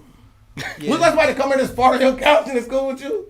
Like, nah. I mean, like, that's the level of respect I'm talking about. That's a little petty. That's a little petty. We're going a little. Nah. So, you mama been eating. So, great segue. So speaking of Westwood, DJ E-Dub, you know what I'm saying? Like, y'all hosted, you know what I'm saying? Like, projects together. Yeah. Like, how'd y'all meet? E-Dub was, shit, man. Through the city, for real. Mm-hmm. Like because he was hosting mixtapes a lot at the time, and I was hosting mixtapes, and I think our connection just came from like, hey, we doing the same shit, so let's just link up and do some shit together. And it just happened like that. One thing with me, man, I never try to create a rift between nobody that do the same thing I do. Like all of that, like best videographer, best mixtape host, or best DJ. It's like, man, I don't got time for that, bro. Like if you dope at what you do, nigga, all right, let's rock the shit out together. If it don't work, then like so be it. Yeah. But nah, shouts out to E-Dub though. He the homie. Word. Westwood legend. Yeah, that nigga, bro. He was the first nigga that was like posting a lot of people shit on live mixtapes at the time. And you know, live mixtapes, and I think he had the live mixtapes connect. I was posting a lot of people shit on that piff at the time. Yep. And it just made sense. Like, well, shit, let's try to do something together. So yeah, E-Dub the homie though. Like, yeah. That's my guy. So you also linked up with Grind Time Central. GTC. Yeah. Shouts out to P. Shouts out to Slim. Sure. And that was another thing. Rest in peace to Mo. But they was recording at Raise the Bar at the time, and then I had the studio at Uptown. And they started recording with me, and that's no slander, by the way. At all. It's just how it just came about of like, or y'all want to rock with me on the studio, because everybody was still going to Mo at the time because he was professional. Yeah. Right. But you know they had called in. Got to match your professionalism, like and P, but that's the homie. P, he tried wood, like he was cool with my brother, older brother at the time. He like 3 or 4 years older than me. But you know, they just respectfully, they just recognized the talent that I had and what I was doing. And, you know, it might have been a slight cut on the budget, but, you know, it ain't like I was coming through like just you know, recording like filthy shit. Like, you know, it was actually good quality at the time. And they just ended up being, you know, a lot of people was guinea pigs until I got better at what I was doing. So it just came about like that. Right. Yeah. So when you started the 1913 imprint? 1913 was shouts out to Jay Lee, the manager of GTC at the time, and it was me, Slim. Shouts out to JR. He was a part of it because he dropped Schedule 1 under the imprint. Schedule 1, I heard. Yeah, classic. Fucking classic. But yeah, 1913 came about, man. You know, it was like a dry spot in the city. Like, people don't understand. The music era I came from in the city, it was a golden era. It was even, you know, 275, DBM, D-Cut, MGG, Trendset. Before that, DVH. Like, just it was cliques. It was like entities that people was fucking with. And at the time, you know, a lot of people just started like, you know, doing their solo shit. Right. And then 1913 came about. It's like, man, we need a whole new like a brand, an entity, or like you know what I mean? Like, just somebody, you know, just you gotta go through us, or you gotta like fuck with us, or you know, we just gonna have some dope shit. Right. So me and Jay had a conversation, Jay Lee, and we started 1913, and I think because we got Sleeko on there, he had Life on the Edge. Flam had dropped I think Dayton Daily News under that, and like I said, JR's Schedule 1 classic to this day. But you know, 1913, you know, we was just trying to just produce like projects and just you know be a whole new brand or something going on. And what also was dope during that time was y'all had, like, to me, like, to have somebody have a promotional deal on like getting a hook. I think it's smart to have that. I think most rappers should have that as like their standard, because like you work with a dude named Don Mega, and y'all had the 175 for the beat with the hook with it. Oh, that was in 2010. Yeah. Nah, yeah, that was us trying to just, really that was me trying to just you know, create a stamp of like, you got to know your worth. That's all it was. But but at the same time, it's like even with Smed, like, to put you in the conversation, you know your worth of like, you're gonna charge a t-shirt for what it was for a t-shirt. You're gonna charge what you want for a grill. This is what it is. Yeah. But at some point, you gotta like set a standard. Now, so I'm like, it's one thing when people be like, man, you dope, and we want to fuck with you, and at the same time, it's like, bro, the energy that we put into like being dope, we should get some compensation for it. Yeah, absolutely. You can't go to McDonald's and negotiate. I don't want a slice of cheese on my Big Mac. You know what I mean? Like, it's the same goddamn price for a Big Mac. Yeah. So it's like so when and that was, you know, respectfully, that was me trying to put a worth on what I thought we deserved. Like, you know, at the time it was like, you know, what the hook gonna be? Like, people wanted hooks. People wanted. Deshani was slaying shit. Kylan was slaying shit. Don Mega was slaying shit on the hooks. Donnie was making beats. So it just was like I ain't popping no shit. I just felt like, bro, like, you gotta pay to play. Yeah. I remember, man, like not even like trying to like put no names out, but I remember somebody specifically had told us like, man, we want $250 for a verse. This was when the Trendset first started, and it just was like, I felt some type of way, but at the same time, I was like, well, I get it. Like, they dope. We want to be dope. So let's get the dopest person on our shit. And it just was like, damn, these niggas charging $250? Yeah. $250 in 06 was like, boy, that's a Boss Mag cover. Right. That's a Boss Mag magazine cover. That ain't even a goddamn joint. So, yeah, so that's where that came from, man. It just was like, just trying to recognize our worth at an early time. Okay. Yeah. So during this time that while you're doing this mixtape hosting like that, you kind of make a name for yourself, and then, you know what I'm saying, y'all come up with the 937 anthem. Man, yeah. 937 anthem. Shouts out to he sent me the beat. I finessed the ready verse. because Reddy was in jail at the time. And that's another story about just being cool with people that people don't understand, like our relationship. Reddy was on house arrest for like 2 or 3 months before he went to jail. Yep. And I remember Railroad called me. He was like, "Hey man, you can't bring the studio to Reddy." I'm like, "Well, I guess I can." I was in Granny's garage at the time, so I'm like, I can bring my shit over there. And yeah, bro, Reddy just had these fucking verses on deck. And he was on house arrest. He couldn't go to the studio. So Reddy was just dropping shit. Like, I'm talking about we dropping over producer status. Instrumentals. Right. But shouts out to Mike D. Mike D was providing a lot of beats. Yep. And 937 Anthem came across. And Reddy had just dropped over it. And yeah, I just kind of just created the song around him. And like I had, like I said, JR, QB, Deshani, verse, Booter, GTC was on there. And yeah, like 937 Anthem, it was just something that I was having fun with, because I don't know, a lot of people know that. I mean, know this other story, but I did it was like I called it Come On Baby, but I had like, I think like 26 artists in the city that was like rapping over like a Mike D instrumental. It was like 8 bars and shit. So I just was having fun with you know, man, just the relationships I had with people. And then eventually I put together the remix. Yeah, like to me that's dope. Like so then you start teasing with the remix. You got everybody sending you verses now. That had to be kind of irritating at one point, because you put an open invitation out there. You get great word. You got everybody's little cousin sending you verses at this point. So like, how did you pick through them? I didn't.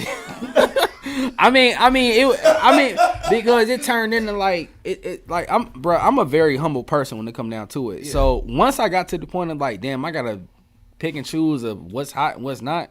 It got weird. It just was like, all right, I'm gonna probably throw like a few of these out and then just kind of just leave it at that, because I didn't feel comfortable judging somebody's like and a lot of people sent like acapellas in. It was like, fuck, bro, like damn, I'm on to something, but I wasn't comfortable like picking and choosing like what was gonna be the remix. Honestly, it's like don't fix it if it ain't broken. Like 937 Anthem was just dope how it was. Right. So I just was like, I saw something funny after that, because shortly after you did that, which I knew was coming, was you said mixtape era. You were saying that you about to retire from mixtapes in 2011. Is that what you said in 2010? It was after you did the open invitation. Like a couple posts later, you said, I'm retired from mixtapes. Hey, look. That's when I was going to college, and I had papers due, and yeah, man, I don't know, bro. I had a great run on hosting mixtapes within like 2 or 3 years. So, and then the way I was hosting, man, bro, I gotta say this humbly, but shouts out to DJ Skano. Absolutely, the legendary DJ Skano. Because I learned a lot of DBM mixtape with Skano on it. Oh yeah. Boy, I hated them gunshots, but it was it though. I just was like, damn, like Skano was somebody I looked up to, and it just was like, fuck, you know what I mean? Like, I had a good run with it, but I don't know. It just was like, damn, bro, like it just got overwhelming at a point, like on some humble shit though. Right. It ain't like I thought I was that guy at the time. It just was like regular life kicked in. Like, I'm about to go to college, and like people still want me to, like, I had to move a whole studio into Orlando and everything, and it just was like, I don't got the time to like keep up with it. And at that time too, man, I think I was just posting shit. So. Right. Okay. Yeah. So eventually, you know what I'm saying, you go to Puerto Rico and you do a song in Puerto Rico, right? No, I did. In 2010. No, I did a video in man, you digging deep. I got the one in Miami. Like, I did a video. It was Dominican Republic. Dominican Republic. Yeah, I did a video. Rest in peace, my nigga Mute.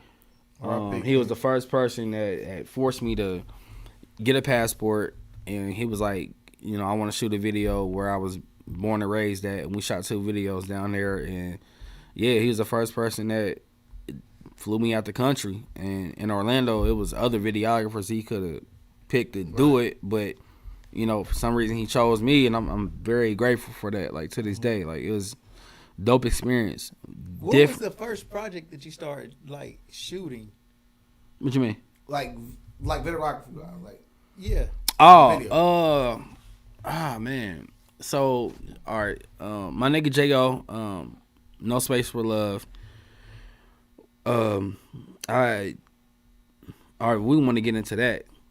I got my camera in Orlando, and Railroad. I was at Full Sail, and Railroad he had did a video with Travis Porter, and shouts out to my guy LG. We had ran into a videographer down there. He go by Ryan Lightbourne. To this day, I love you, Ryan. But we bought Travis Porter to Dayton, and we shot the video. And I ended up like interning with the guy that shot the Railroad video. Wow. And he was doing videos for Plies. Because it was all in Florida. We'll go to Tampa like on a Sunday and shoot like 2 videos. And he was like, yo, I'm selling my camera. You know, and it was the same camera that he shot the Railroad video with. So I ended up being able to buy it. Like I said, and then I started shooting videos for my guy, J.O., far out. And then we shot Railroads going in for the kill. Yep. And that was my first video to where it was like, okay, like I learned how to edit. I learned how to shoot. I learned how to get angles. I learned how to create a storyline. And, yeah, that was like 2012 when we dropped that. And yeah, it just like so. Did you like that better than engineering and studio? Absolutely. And arranging music and all of that. Absolutely, you can't pay me to this day to sit down and record a nigga. right. Like it's dead. Can I say something too? Because I engineered. I hate recording niggas that knock on the goddamn studio. Hey, rewind that. Hey, bro. And then when I was done with recording. Man, bro, as soon as the beat dropped, this nigga was on the microphone like this. The beat dropped. Boom. He said, fuck you. I said, oh, my God. That was your last session. That was how he started the song. Hey, what lost me was niggas coming to the studio to try out rapping. And it was like, all right, I got my 25 hours worth, but it's like, what is this? Where is this song going? Like, I just want to try this shit out. It's like, man, bro, I'm not in this shit for you to try it. Right. So I definitely appreciate videography more because it's more of a creative standpoint. Yeah. But at the same time, it's like, bro, like these niggas like trying out rapping and shit. It's like come on, bro. Anybody got time for that shit? And I didn't, man, humbly, bro, I done recorded some of the weakest shit ever. Like, it's like, right. I'm not nobody to say a nigga shit whack, but it's like, bro, you know this ain't going nowhere. Right. Like you said, nigga dropping on the one, fuck you or fuck, man. The radio always yeah, bro. This is it. No BDS fans. Like, this shit is over. He killed the whole chance for the radio as soon as the song started. Like, I'm like, the level man. of disrespect when a nigga leave, like, I still gotta mix this shit. Man. Oh, my God. Like, you gotta throw echoes in it. Like, Man, I'm telling you, bro, when you listen to rap songs, he sounds, man. He sounds crazy. Hey, let's go. Man, Let's every rapper tells you that he gonna fuck your woman. You weak as fuck. You don't got no money like him. He don't like music no more, bro. Well, I'm just saying, when you listen to this song, just think about what the rapper is saying. I mean, it might be made for you to sing along with him, so now you become the nigga that's saying this to other people. But I don't believe it. Somebody is getting told that they're not shit. Shout out to my song. No. And shout out to DeMarco. He got a song in investments where he's telling you about financial wealth and empowerment. I play that in my car. Yes, there you go. Shout out to DeMarco 275. So to answer your question, Okay, gotcha. I appreciate videography more Right. after I realized recording motherfuckers is just like, yo, come on, bro. This ain't it, Chief. 40 an hour, 30 an hour. Like, man, no. I'd rather get paid on the back end. I still gotta sit and edit your video. I'm about to ask about some more rappers, but never mind. Maybe some people. Yo, don't put me on. I'm not. I'm being funny. But one rapper I am gonna ask you about is somebody who we all knows a legend from here, which is Will Nove, man. My guy. Nove Smith, man. So, like, how does that feel knowing, like, you know what I'm saying? Like, you went to working with him to see now he's working with kids. He's doing something positive, something, like, that's uplifting in the community. Nah, it's dope. Like I said, like, I'm grateful to have a wave with, like, a lot of people that, you know, when Nove dropped Animal House, that's when we was, like, we was in a prime, like, Nove had battled one of my artists at Wright State at the time, and we got flamed, by the way. Well, wait. Smith don't like battle rap. No. Look, wait, He no. think battle rap is trash. Like, he be like, why you gonna sit there and talk about each other for 3 minutes apiece? Nah, but Nove flamed us because he was the first nigga that freestyled and was literally freestyling like everything on site. Yeah, he could rap about everything in his room. Like, it's yeah, crazy. like effortless. But But Smith wouldn't have been entertained. That's He's never getting the Will Nove interview now. He's talking about. He want to talk politics when Nove get in here. Like, man, come, you got to give Nove his credit, man. No, Like, listen, no. Man, Nove is a great lyricist. I don't got no beef with that. Unequivocally. Cool. But me Allegedly. listening to people sit up and talk about it with each other is a skill, but it just ain't for me. Like, I really don't like that shit. I like more of reality rap. The conversation was dead after like 5 minutes because he flamed us though. Okay. Yeah. That's when Trent said it first started, and he had said some wild shit. Like, But Nove studies that type shit. He is a for real marksman. Yeah. Like, he on that. To me, he's like the Jay-Z of here. Like, he like stays tapped in. He's always watching. Oh, I think Herb, maybe Lil Herb and Blackjack, they might have battled Nove throwback. in a ring. Do y'all remember that shit at the 801 Union Hall? It was a battle rap. I remember Black Herb though. Yeah. Well, we talking battle rap and Dayton. Then we gotta say Peter MC. Peter MC, man. I'm glad we brought up Peter Shouts MC. out to He is P. the fucking real Let me king of distort the battle rap. mic. Shouts out to Pete MC. Yeah, man. Because that's my guy. He got hated on like a Friend motherfucker. of Man, show, the most man. Friend of the hated. show. Peter most hated. That was Peter his most name hated. for a while. I call him right now. He be on my line too. Yeah, That's bro, crazy. bro. We Pete, talking like Peter an hour. homie though. Peter Yeah. homie. Man, P is my brother, man. Real Nah, shit. word. But P is for real to me. I think he the most notorious battle rapper. Absolutely. Let me put the camera on me real There you quick. go. Give him some love. I'll put P up against any nigga. He'll talk about everything you got on, all that shit. But P gonna take it there. some of this shit, man, battle rapping get downright nasty though, bro. Yeah. Like, what's That's one what of I the said. worst That's things what it's you? for, like- What's one of the worst things you ever heard somebody say that you don't would have ask- already been ready to fight if they said that to you? Bro, like, I watch battle rap, and there isn't a lot of battles I haven't watched of the main stuff. I done seen people, like, literally, like, Bonnie Godiva versus A-Verse. She pulled a dildo out and tried to hit him with it. Like, to me, like, wait, when I they mean, when it turned to physical shit, gimmicky and stuff like that. But, Yeah, but, I mean, 'cause I was saying, like, the worst thing I could think of, but in the end of the day, there's so many great battles, like, you have a Daylight versus King Los. And this is a lyrical, like, your brain gonna hurt afterwards. There's none I of ain't this. gonna lie, Calico take it there. Yeah. Calico. Yeah. He shitting on your daughter. Yeah. He What? shitting on. No, Well, he don't. Nah, but you Arsenal gotta. was more like that. Like, Arsenal's more of that.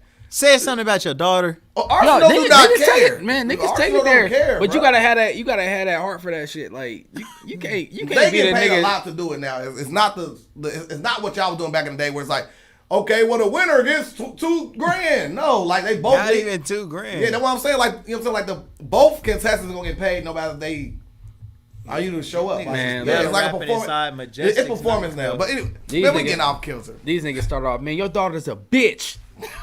It's like, Oh, God. whoa, like, Oh, man. But also, if somebody had got mistaken for somebody saying about their daughter, and he got punched on stage when Jim's got punched by Goods on stage. Nah, yeah. Yeah, so I mean, fights you happen. you gotta have that endurance You gotta though. stand on there and stand on it. bro. Absolutely. So, Back to the interview.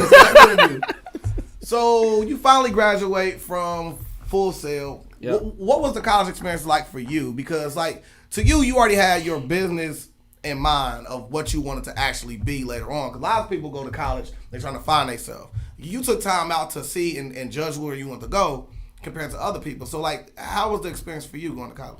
It was dope. like I said, I went to college and it was like you said, like I was trying to find myself, and I honestly was trying to go to college for engineering and recording, and then it turned into I went for entertainment business. Just learning the back end, the management side, but going to college is what sparked me picking up a camera. Like I said, we was working with Ryan that shot Railroad's video, the Travis Porter joint, and I got introduced to videography. So I feel like if I never really went to college, I probably wouldn't have never really dipped into like doing videography like that. Mm-hmm. But I just was around a lot of creatives that, okay, shit, like y'all niggas got a camera, y'all got this type of camera, and I'm like, I'm trying to get into them too. So it was the best thing I could have did. Very stressful time of my life, but the best decision I had, like going for myself. So now, we all don't do our best when we first start out. So you gotta have some videos that you did. You was like, probably not my best joint. Man, I ain't naming none of them. I ain't naming none of them. I ain't gonna lie, man. I got shit that I used to be Saudi people want me to put on my YouTube page, and it just was like, fuck, bro. Like this shit. It's trash, but at the same time, but it don't be your fault because I mean you may have somebody call you to a place like we talk about off camera where like you go into a, you know what I'm saying, like a place that's in a crazy situation. You don't know what they wearing. You like you don't have a whole video set to bring girls out and make it look the way they wanted to. But people didn't have a setup. Like they didn't know where to upload they shit at, and this is after MySpace. So they ain't know about uploading to YouTube or like didn't know how to set up their own page. So, it was just niggas that was like, well, shit, you got a YouTube page and you gonna post it up. And, I found a way to, distract some certain videos that people want to post it up at the time. But it was just like, I mean, you come across whack videos, but I still try to treat like a video like that, like the same as any other video. Like I still am gonna try to put my all into it. My name is on it, so I can't just treat it like it ain't shit. So I gotta go in on that at some point. So, Yeah. And to me, like first video I saw was the one you did for Flam, and I was like, man, bro, dude is crazy. Like, you know what I'm saying? Like that's the first one I saw. I was like, bro, like, and then like that's why I ended up like adding you on Facebook and all that wild stuff. Cause like to me, like I remember you in the music part of it. I didn't know you was shooting videos stuff like that. You know what I'm saying? So to me, it was a little different, like introductory for me, because it's like I know you only from music. So when I seen you shoot videos, I'm like, man, bro. I literally just whatever was presented to me, I just tapped in on it, man. Like one thing with me, like I said, I'm a geek. I'm into technology. I'm into like recording people, or when the videography came around. Like I said, with the flip camera. No, I just always interested. Like one of my first programs I recorded on was Sony Vegas.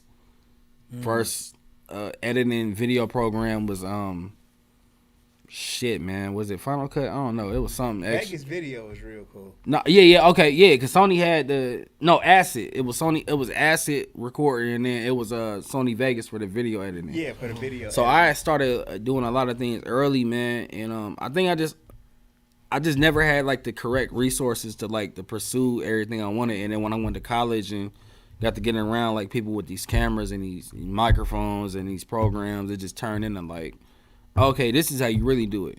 Because back in the G, hell, I'm learning from you. I'm learning from Hood. You feel me? Or Mo. I'm learning from just off trial and error. Yeah. It's like, okay, these niggas doing this shit like this. Like, man, Hood pressing up magazines at the time. Like, nigga, like, how the fuck?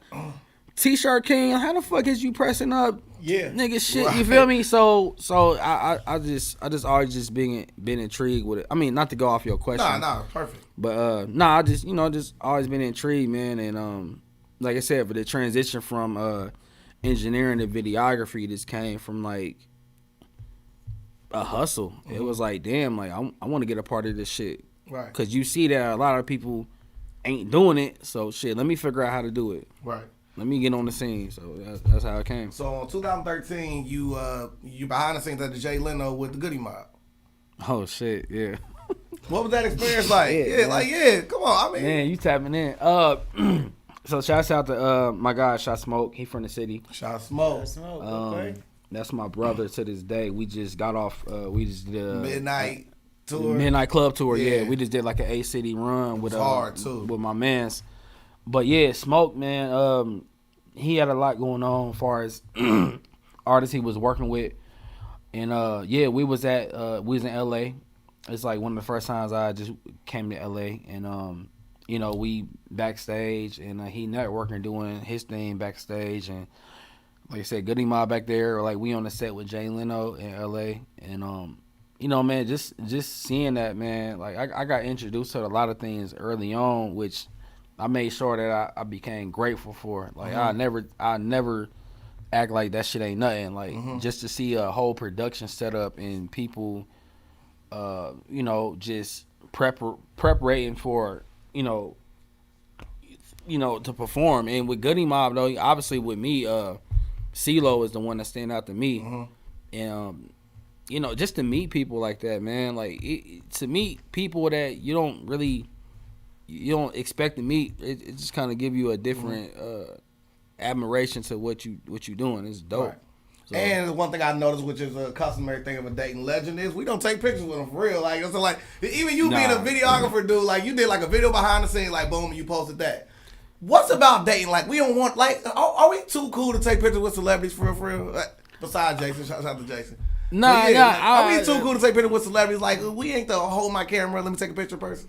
I mean that's why I gotta come off humbly saying that. Like I don't think it's a thing of being too cool, but I think it's more so this prepping yourself for what the norm is.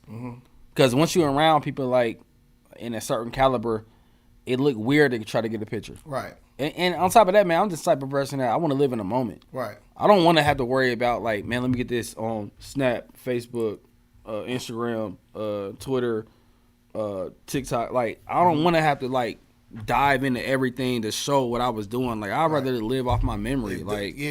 So with me, but with me though, it's just like, man, you being around like so many people, it's just like shit. Like I mean, I have taken pictures with people, not to go against that, but it's a right time to ask for it. Right. It's the right time to be like, you build a quick rapport with them. Like, well, let's get a picture. Right. All right, bet. But don't just come on the scene like.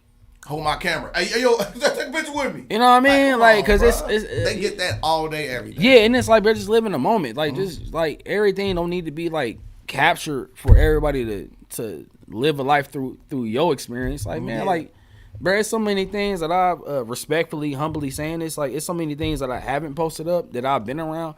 Like, you just gotta live in the moment with it. Yeah. I'm gonna name another one, like Chris Robinson, down in LA. That was deep. Damn, bro, you tapping in. Chris Robinson, he shot ATL. He shot videos for Alicia Keys and everybody. I was in LA at the time, and it wasn't like nothing deep, but it just was like inspiring. Yeah, with me shooting Shot Smoke videos, he got to show some of my videos to him. And at the time, it was dope because he was actually like watching my work. Wow. And it was just like, damn, like it's kind of like you playing your music for fucking Jeezy or something, or not you literally, but you know what I mean. It's just like, damn, I would love to. It's like, damn, I might not get signed off of this shit, but at least he's like checking my stuff out. So yeah, that I came across people that it was dope. It was dope. But to me, what was so dope was that at this point in your career, you've only been doing videos for 2 years, right?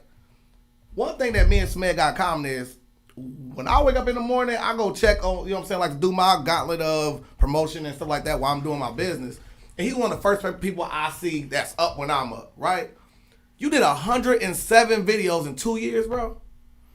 I would assume so. Ain't assume so. I got the stats here, bro. Yeah. 107 videos in 2 years, bro. So you already worked. That's a stat. That's a stat. So, I mean, but during this time, whatever, kind of, what I'm saying, you got your money together. I mean, I see you take a trip to Spain and all that. How was Spain, man? How was Spain, man? No, I didn't go to Spain. Wait, you got it in. You got a trip to Spain, Dominican Republic, Miami. No. I got it. Okay, yeah, I did. Hold on. No, hold on, wait. Damn, man. Hold on. I'm all right. So a lot of a lot of trips that I did, like I said, I couldn't document a lot of it because it was still just work related. Right. So you just gotta like get there, and I've been blessed to be raised around people to just be professional at the time. So yeah, my passport is definitely stamped a few times, humbly speaking. But you know, man, that just come with like, man, I'm just not a person to like give up, man. Like Kanye said it best, bro. Giving up is harder than trying. Like you get into something, it's totally difficult to like to get out of it. But then opportunities that be presented to me, like I said, I think I think I'm tripping. I got a chance to be in Dubai for 3 days. Yep. And Emirati. So you know, I'm humbly speaking, but it just be dope to be able to travel and do stuff like that. But it's just like it come from shit. What more can come from this? What was Dubai like? Because to me, like, you know, expensive. Well, I heard about that, but I also heard like they got a lot of rules. Like, so for instance, like if you want to Dubai, you might want to take a chick with you because you ain't gonna be able to. So when I went, I don't smoke. That's a big thing that they got going on over there, to where it's like you can't smoke no weed. Like I said, and we was really in Abu Dhabi, which is like 45 minutes like dating to Columbus. So Abu Dhabi, you flying to Dubai, but Abu Dhabi is like the place that you go to, like it's less strict. Okay. It's less strict than Dubai, because Dubai is like they main course or whatever though. And it was just photography I did over there at the time, but like I said, just it wasn't enough to capture, like it was just a go mode thing. Like when you in these places like that, like it just be like professionalism kicks in, like okay, like you got to keep the camera rolling, you got to do this and that. Like people might look at you different, like why ain't he got the camera out, why ain't he snapping or whatever the case is. But it's expensive though.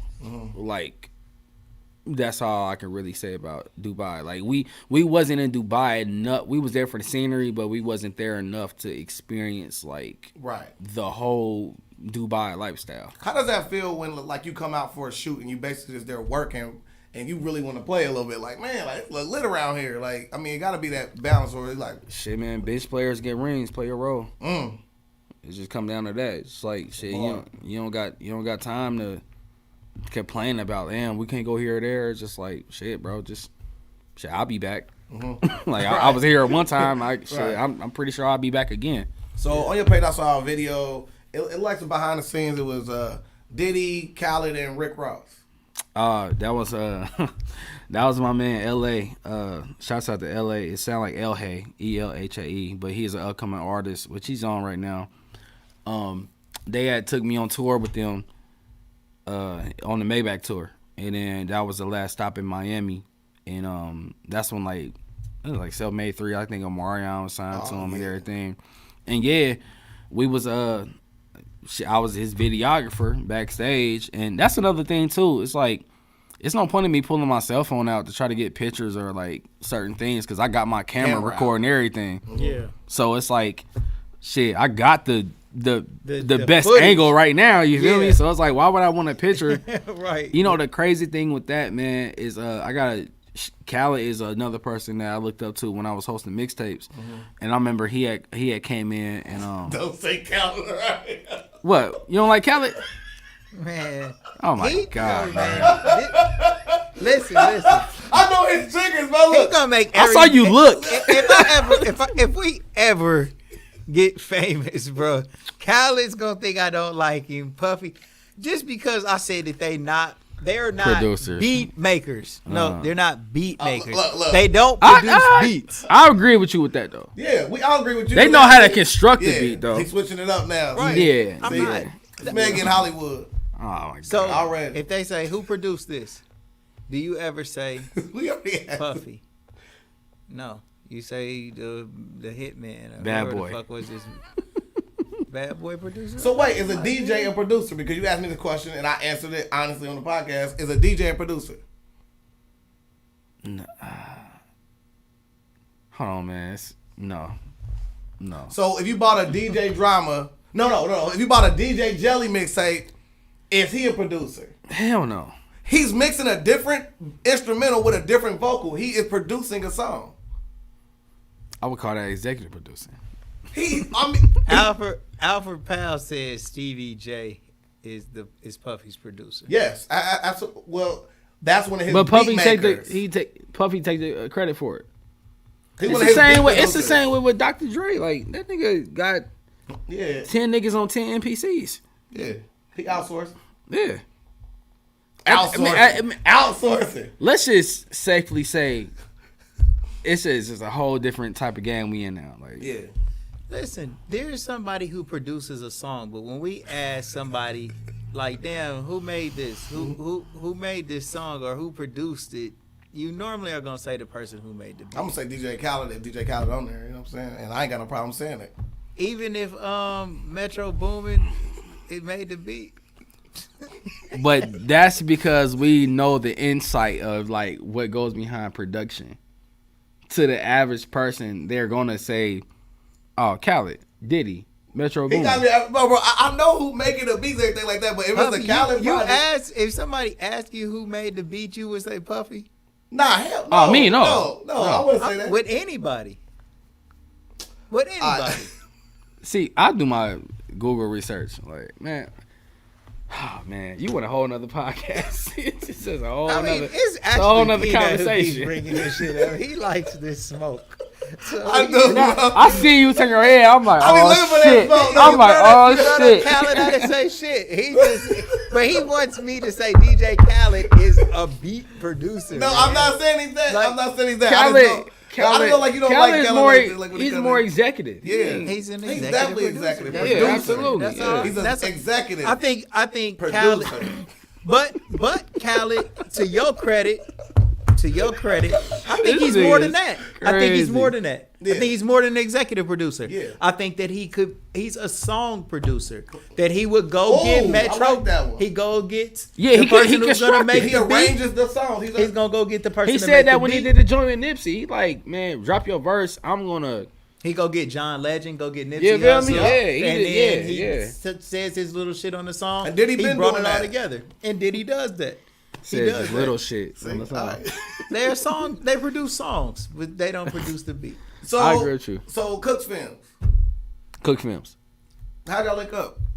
Julian Cook. Yeah. Shit, man, just around the city. Like he, Cook is older than me, not by too many years, but he was older than me as far as like his profession and what he was doing. So I took a liking into him as well. It just was like he was doing, videography at the time. He was shooting shit for Coach K and everybody. So, I mean, videography is the same way like rappers link up in a sense. It's like, oh damn, you got a camera too? So, hell, what do you do? What have you done or whatever? But shit, I just kind of came around, kind of like shadowing him to, just to learn the ropes, and bounce around, being around people he around, and do that type of shit. But Cook the homie though, and then me and Cook, and shouts out to Dre Shot This. We got a new entity right now, Forever Set Academy, where we doing like photography and videography together. So all three of y'all are Voltron together. Pretty much. That's hard, bro. Yeah, That's hard right there. Trying to create a new narrative, man. Just shit, bro. Just niggas trying to do dope shit. Same thing with 1913. Like, it's dope doing it by yourself, but it's better when you got a conglomerate.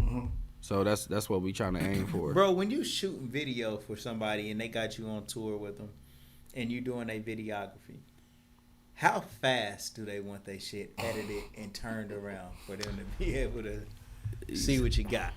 All right, so me being blessed to be around different like areas of like working and like because I lived in LA, I was in Orlando. I'm in Atlanta now. People got different turnarounds. So here in the city, they cool with like 2 or 3 weeks, but in Atlanta or LA, man, they want that shit in like 2 or 3 days. But then your competition around you is like 2 or 3 days. like shit, they got this to me the next day. Yeah. So when I was on tour with Smoke, like we had just dropped the video, but we had dropped the video still doing the tour, and it wasn't a massive tour, like, but it was like 6 cities, aggressively like making sure we get to the venues at time. But I'm still editing in the backseat, or the footage that we got the night before, they want to put that shit out the next day type shit. Yeah. So it's different places that expect a turnaround time. But in like I said, in the city though, and I mean, not to shit on us like that, but it's like, nah, it's like, shit, motherfuckers I done heard people not get their video back in a month or two. But like in the bigger cities, they want their shit now. I would be editing my own shit. I had to, fuck that. I need my shit the same day, the next day. I don't like, hell no. But in the creative process though, like I could give you that, but it's gonna be crammed. It's gonna be like, I ain't put my all into this. I'm just saying. I'm saying with how I want to work fast, like to be able to get shit done, it don't necessarily got to be perfect. In order for you to be able to just make it do what it's gonna do. But then you got all these motherfuckers like, can you make me pixelated? Can you put like 3 of me in the same shot? Right. Can you do all this wild ass trippy editing shit? And I'm like, I came up off of like watching Little X, Benny Boom, Belly is one of my favorite movies. Belly. Like just nostalgic editing. One of my favorite music videos is totally off subject, but that's actually a good thing to dip into. Yeah. Bonnie and Shine from Shine. Yes. Okay. Like that's my jam though. Like it's a vibe. And Puffy executive produced that, but go ahead. Okay, let's bypass that. But but I'm not looking on it. but I love the nostalgic type of way to edit shit. But now people be wanting, you gotta adjust to like certain things people want. So for you to be like, you want your edit back now, it's easier when it's like, okay, this is like, so it is easy. You know what I mean? Kind of thing, yeah. All that other shit, man, you gotta like download programs and all that. It's no way to have it back within that time frame until you do actually have like a team of like. Yeah. But even with that, like you gotta send the footage over and Google Drive, Dropbox, like man, it's just, bro, get your shit when you. I mean, get when it. you look at how my shit looks, when you look at how, for example, like you can even take our podcast for example. Yeah. Our shit is set up good enough, Right. for us to get this shit popping. Right. And people they check in. It ain't terrible, but I'm sure it can be much more elaborate because we can see shit, better sets. We can see other shit.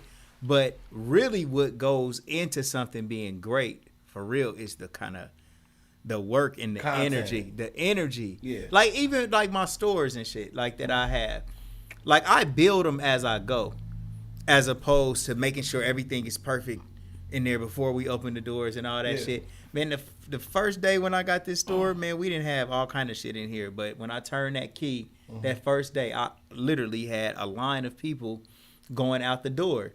And they understand, man, people will grow with you. Right. Yeah, You seen that. Like- and I ain't saying that you're saying don't do No. that. I ain't saying, I'm agreeing with you. I want to piggyback. I'm agreeing with what you saying, P. Like, I don't know.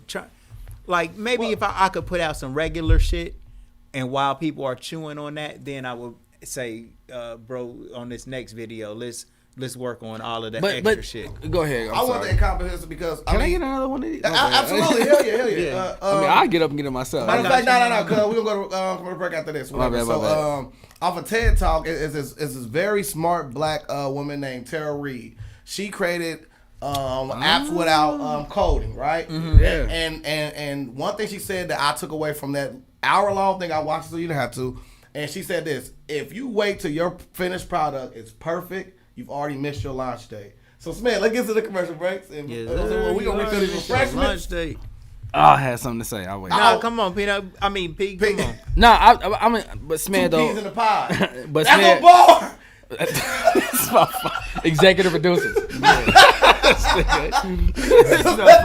But nah, Smith, what I was gonna say though is bro, like you already a staple to the city though. Absolutely. So you gonna have a line around the door. You gonna gain attention and attraction off of what you already created yourself to be years before this. So that's why it's like it. You know, like I said, you a mold to how I want to make it easier for me to come into this shit because it's like, bro, if you put your name on it, then you're gonna fuck with it. It's nothing that's gonna be discussed. It's nothing that's gonna be questioned. It's nothing gonna be like, Exactly. nigga, man, Smed, that's the G. Yep. Yeah. So that's how I mimic. Like you don't know, man. Like Here we go. Legendary handshake. no, but that y'all business aspects of how y'all promoted yourself in the fucking commercials and everything that was being played when shit was on TV. It's like y'all created this dynamic of yourself that where it's like, bro, if you can open some shit in West Carrollton, people there. Yep. Yeah. It don't matter. But honestly, But they sold into you. Yep. Yeah, but what I'm saying respectfully, He gonna take no respectfully, government. you I'm bigger saying- than the brand, to be honest. Absolutely. all day because me and my store, I'm like the logo damn near for my business because I always have marketed it like that. So no matter where I go or no matter what I do, people don't really separate me from Gold for Your Mouth or from T-Shirt Kings. Right. Which is a gift and a curse, though. It can be, but I can always leave dating and get No, a cool it out definitely from that type is. of shit. But what I was saying is, even back then when the reason why I learned this practice was even back then, it was what we got. Okay, that shit look good. Like Hood. Absolutely. Hood is my counterbalance. Because Hood won't let me take it as far as I will to just hurry and put shit up. Right. Marmar is like that for me now too. Because I want to get shit done so fucking quick That you don't care how I look. I care enough. But I not care in that enough. aspect. But what they'll do is they'll say, hold on just a little bit, like what you trying to tell me right now. You would act as that same principle for me to be like Mastering it. Yeah, you say, hold on for a second. It ain't gonna take that much longer, but let's fix this. Let's add this font. Let's put the sauce on it. Because so it'll it's be the really particulars presentable. that people look into it. Yeah. And our name is on it. Yeah. So The opposite of it. they could easily be like, man, I hate this shit, and I'm gonna shit on this person that did it, or they can be like, man, this shit was fire. That's why you gotta have like a little buffer time. Yes. Like to you Look at it can't fresh just eyes. throw it out there. You like, can't, and everybody needs a little bit of help and polish. Absolutely. That's why Absolutely. it's so hard for you you need an editor. Yeah. The greatest writer needs that editor to I write and I have proofread an that editor. magical shit that they done wrote Yep. in But- order to but- make sure that it's polished when But we that's put the it fucked out. up thing with branding ourselves Selena. is like is like they expect us. They expect like somebody broke it down to me like if your barber go out of town and your barber gonna be like, all right, I ain't there, so my nigga about that cut you. It's like, who the fuck is cut? Yeah. Like, no, I need you. You. Like, I'm expecting you to cut my hair. Yeah, This is man. CEO Peso shop, not Right. homie from the back end. You know what I mean? So it's like the fucked up thing with branding yourself is like they're always going to expect you. They're going to expect them turnarounds, that expectation, that same Yes. like Yes. the effort that you They put want into you it. to do it and nobody else. People call But you here gotta- all day but and you- ask for me about the easiest shit anybody in the store could answer. Yep. Hey, Oh, how much? Because they want to hear, cost? man. With Smed there, I get on the phone finally. Smed, man, how much do a t-shirt cost, bro? I want something on the front and the back. Nigga Nigga, said, finally. are you kidding me? Don't do that. Yeah, facts. Anybody in here can answer that easy question, but what you're saying is true. When you brand yourself and make yourself the logo of a place, people don't want to fuck with nobody else but you. Yeah. We'll be right back after this. What's up, y'all? T-Shirt Kings in the building. And it's a real flyer queen. What's going on? It's going down right here at the Blackout Hall. This Sunday, bro, we doing a Yo MTV Raps pop-up shop at the Blackout Hall on North Dixie. And we got vendors from all over the city coming through. We got Sheena, 708 Icon Beauty, 218. Bikini Goddess, Be More Ink. Bedazzle Boutique, Worth It by Ray. Hair Flatables. I So Fly. We got Love that do the sweet paintings and portraits. And then we got Outline Black. Man, big tables everywhere, man. Come and support your local vendors. Yep, this Sunday. So make sure you come out. Come shop with them. We got DJ Ron Hunter coming through. He gonna be spinning on the ones and twos. Man, it's Yo Coming MTV through. Rap pop-up shop, man. It's going crazy, bro. Yeah, so make sure y'all come through. Yeah. Marmar, what we gonna do in there?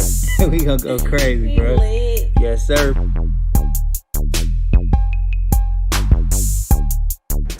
T-shirtkings247.com. I'm off the chain. I'm on the corner of Main and Nottingham. And today, yes, I just put up this ginormous ass sign. Man, we towering over here, man. We doing anything we want. T-shirts, same day service, photo t-shirts, screen printing, vinyl lettering, shirts for your business, organization, group, family, reunion, whatever you need. T-shirtking247.com. We are on the corner of Main and Nottingham, 4301 North Main. And even if you can't see my address, you can still see this big ass sign. Yeah. 937-603-4494. You on, P? Yo, what's good, y'all? It's your boy Dash, Resource that gang Peanut, man. We here to finish up this Legendary People podcast. We want to make sure that we want to tell y'all to make sure y'all subscribe to the YouTube channel, hit that bell notification so you can get updated with every single thing we're posting. And, you know, like a lot of y'all watching on Facebook, that's cool and all. We're going to have some exclusive content that goes exclusive to our YouTube page. You don't want to miss those. I mean, we got a bunch of stuff in the cannon still, so please make sure y'all do that. Like, comment, subscribe. Hey, please. Yeah. Come on now. And if you want breakfast, go to Sheik's. Oh, you go to Sheik's. If you want, I'm getting turkey bacon tomorrow morning, by the way. hey, if you want lunch, oh, you going to Sheik's tomorrow? Yeah, you've been promoting it Man, too heavy. You know, I just got back in the city, so I'm with Bro, it. Sheik's is I'm so with it. good, bro. I ain't lying. Sheik's, Nah, they go hard though. yeah, I'm gonna slide through crazy that too, hard, man. Shouts They out got to these Ron C, man. good old Shorty, Mercedes. man. Legendary. Get the French toast platter, bro. French toast platter at Sheik's, Period. man, with potatoes and eggs and goddamn turkey bacon. And then Agnes All Natural Grill. Mm-hmm. You want to go there? And Meech. Let me give Meech some love, man. 111 Flavor House. Meet you. That's another little spot that you want to mess with. And then if you ever get injured for any reason, go to the hospital first and then call Michael Wright. Because if you go to the hospital, I think you significantly increase the chances of your payout from the injuries that you sustain. Did you know that, P? Allegedly. I mean, Mike didn't tell me to say that. I'm saying this. I think Allegedly. that it's true. He didn't tell me that. But he didn't tell me to say none of that. But this is what I think that you should do. Go to the hospital Absolutely first to go to the make sure that hospital. you in Yeah. good shape. Yes, there you go. You can't that part. You know, don't call Michael Wright. Call the ambulance. You can't count money if your hand is broke. Exactly. So go there to and the get checked out hospital first. and then call Attorney Michael Wright, 937-222-7477, and T-Shirt Kings in the building. We got my bro Dash Resources in the building, and my brother from another mother, Peso motherfucking Mulah, the best motherfucking videographer Come on, that this man. city has I'm ever trying, seen. And that's man. why on the Legendary People podcast, man. I'm Let's trying, go. man. Let's I'm talk, trying, man. Talk man. more. I love being here, man. Yes, sir. So to me, you know what I'm saying? You got a bunch of legendary videos like you done. What was your favorite video to shoot? Going in for the kill. Going up for the kill. It was a shit show. Give me an example of why. Man, hood niggas trying to act in videos is terrible. Like everybody got their own like Gun. I'm just nah, facts though. Then they on some Jason Bourne shit, like, you know, they want to, like, you know, I need to dive like this, or he need to, like, you know, shoot like this and everything. But nah, it's one of my favorite videos I did, because one, it was a video that catapulted me to, you know, people was like, damn, Peso shoot videos. Like, it was actually like jumping. yeah, it was like a dope video. So, I would have to say going in for the kill, man. More so, like I said, just the experience behind it, man. It was just me figuring it out. I didn't had, like I said, shot in DR, shot in Dubai, shot in, humbly speaking, in a lot of different places and everything. But that video was it though. It's just, I just remember it vividly of like, this shit was fun, man. Shouts out to Railroad, my guy. Railroad, man. So in 2014, it's like you started to start another studio again, or you were just doing studio time and it was promotion for someone else that was starting a studio. And Where at? In 2014, I don't have the address here, but you got Easy's mixtape came out after that. You got Day Day's mixtape came after that. You got Zedzilla. Oh nah, so oh damn, Zedzilla, goddamn, that was him and Booter. Yep. Nah, so that's when I was in Orlando at the time still, and I was still down there, and I had my whole setup down there, and that's when I was still hosting mixtapes, and then I was traveling heavy back and forth from Orlando to Dayton, and Booter did the joint with Zedzilla, but I was still at like hosting mixtapes and doing videos at the same time. Like I didn't really get transitioned into a videographer fully until like a couple years after that. But I was still just doing everything that came, you know what I mean? Right. So a legendary quote was, I found this, you posted on November 5th, 2010. You don't know what you posted? No, I don't. You said first time on the mic in Orlando. How did that feel? Oh shit. Yeah. Solid. Man, that's when I just went to Orlando. And at some point in my career, I was hosting parties. I was like on the the DJ booth, and I remember I hosted a party with DJ Rail and Booter, because Booter had DJ Rail hosting mixtape. Free Booter, by the way, he coming home soon. Free Booter. And yeah, man, I was shit, bro. I was hosting parties, and but in a whole nother city hosting a party was pretty dope. Yeah, because you ain't from there. I mean, well, move there now, but the comfortability of like, let me get the mic, and I did it. Like for me to post that, it was probably like a, that's when like do my ladies run this motherfucker was a thing, and I'm pretty. In 2010, that was like the go-to. Like hell yeah, I was like okay, like all right, I got this motherfucker. So it was solid though. It was solid. Break bread. What was it? Break bread or fake dead. It was some other shit going on. So it was cool though. It was cool. What I liked about it also was that even though you moved away, you were still doing songs with still hosting mixtapes for people here, because to us, we needed that look. You know what I'm saying? Like, no matter what the look was, it was to make any way you can make it bounce outside the city was a win to us. So to have you out there doing that, to me, I feel like was legendary. You know what I'm saying? Like within itself. Thank you. I appreciate it. I also looked and I saw that you did something with Lil Scrappy. Yeah. So how'd that come about? So I mentioned my homie earlier, LA. I was on tour with him, and he got an engineer. Shouts out to Steve. Shout out to Steve. Steve engineered him, but Steve, he engineers like a lot of like, big time artists, from Thug, Rich Homie Quan at the time, and he was engineering Scrappy. And with me, that's the importance of having relationships with people, man. Like you the theory, like who you see up, you see on the way down, or whatever, however that shit go. That's how it really is, though. It's just like I built a relationship with my homie like maybe 7-8 years ago, and I just happened to move to Atlanta, and then I'm like, oh damn, yeah, I'm engineering Scrappy right now. Like, you should come through and do some photos. And then that turned into like, all right, let me make link with Director Cricket. Director Cricket is a big videographer in Atlanta too, and I'm just kind of like, playing my part with that too. I mean, people need to understand, man, perception is reality. Like, if it's not like I'm shooting a video, I'm definitely a part of it. But I'm going to make it look like I shot the video. And, I just happen to... Bro, I respect that transparency, man. Nah, I mean, because, man, that's how it is. Man. It's like, bro, your first impression is everything. So it's like when people see me around these people, I want to make it like my biggest part around it. I'm going to take it times 10, you know what I mean? But nah, I was shouts out my nigga Steve. He invited me to the session, and that transcended into like, shit, what you doing Tuesday? Like, I got a video getting shot, and it just was like, yeah, just being around Scrappy, and it's just just keeping them connections. Bro, that's super dope, man. You also did Emmy Weekend recap. Yeah, Marseille Martin. Shouts out to Marseille. I love you to this day. Shouts out to Josh, Carol. I was in LA.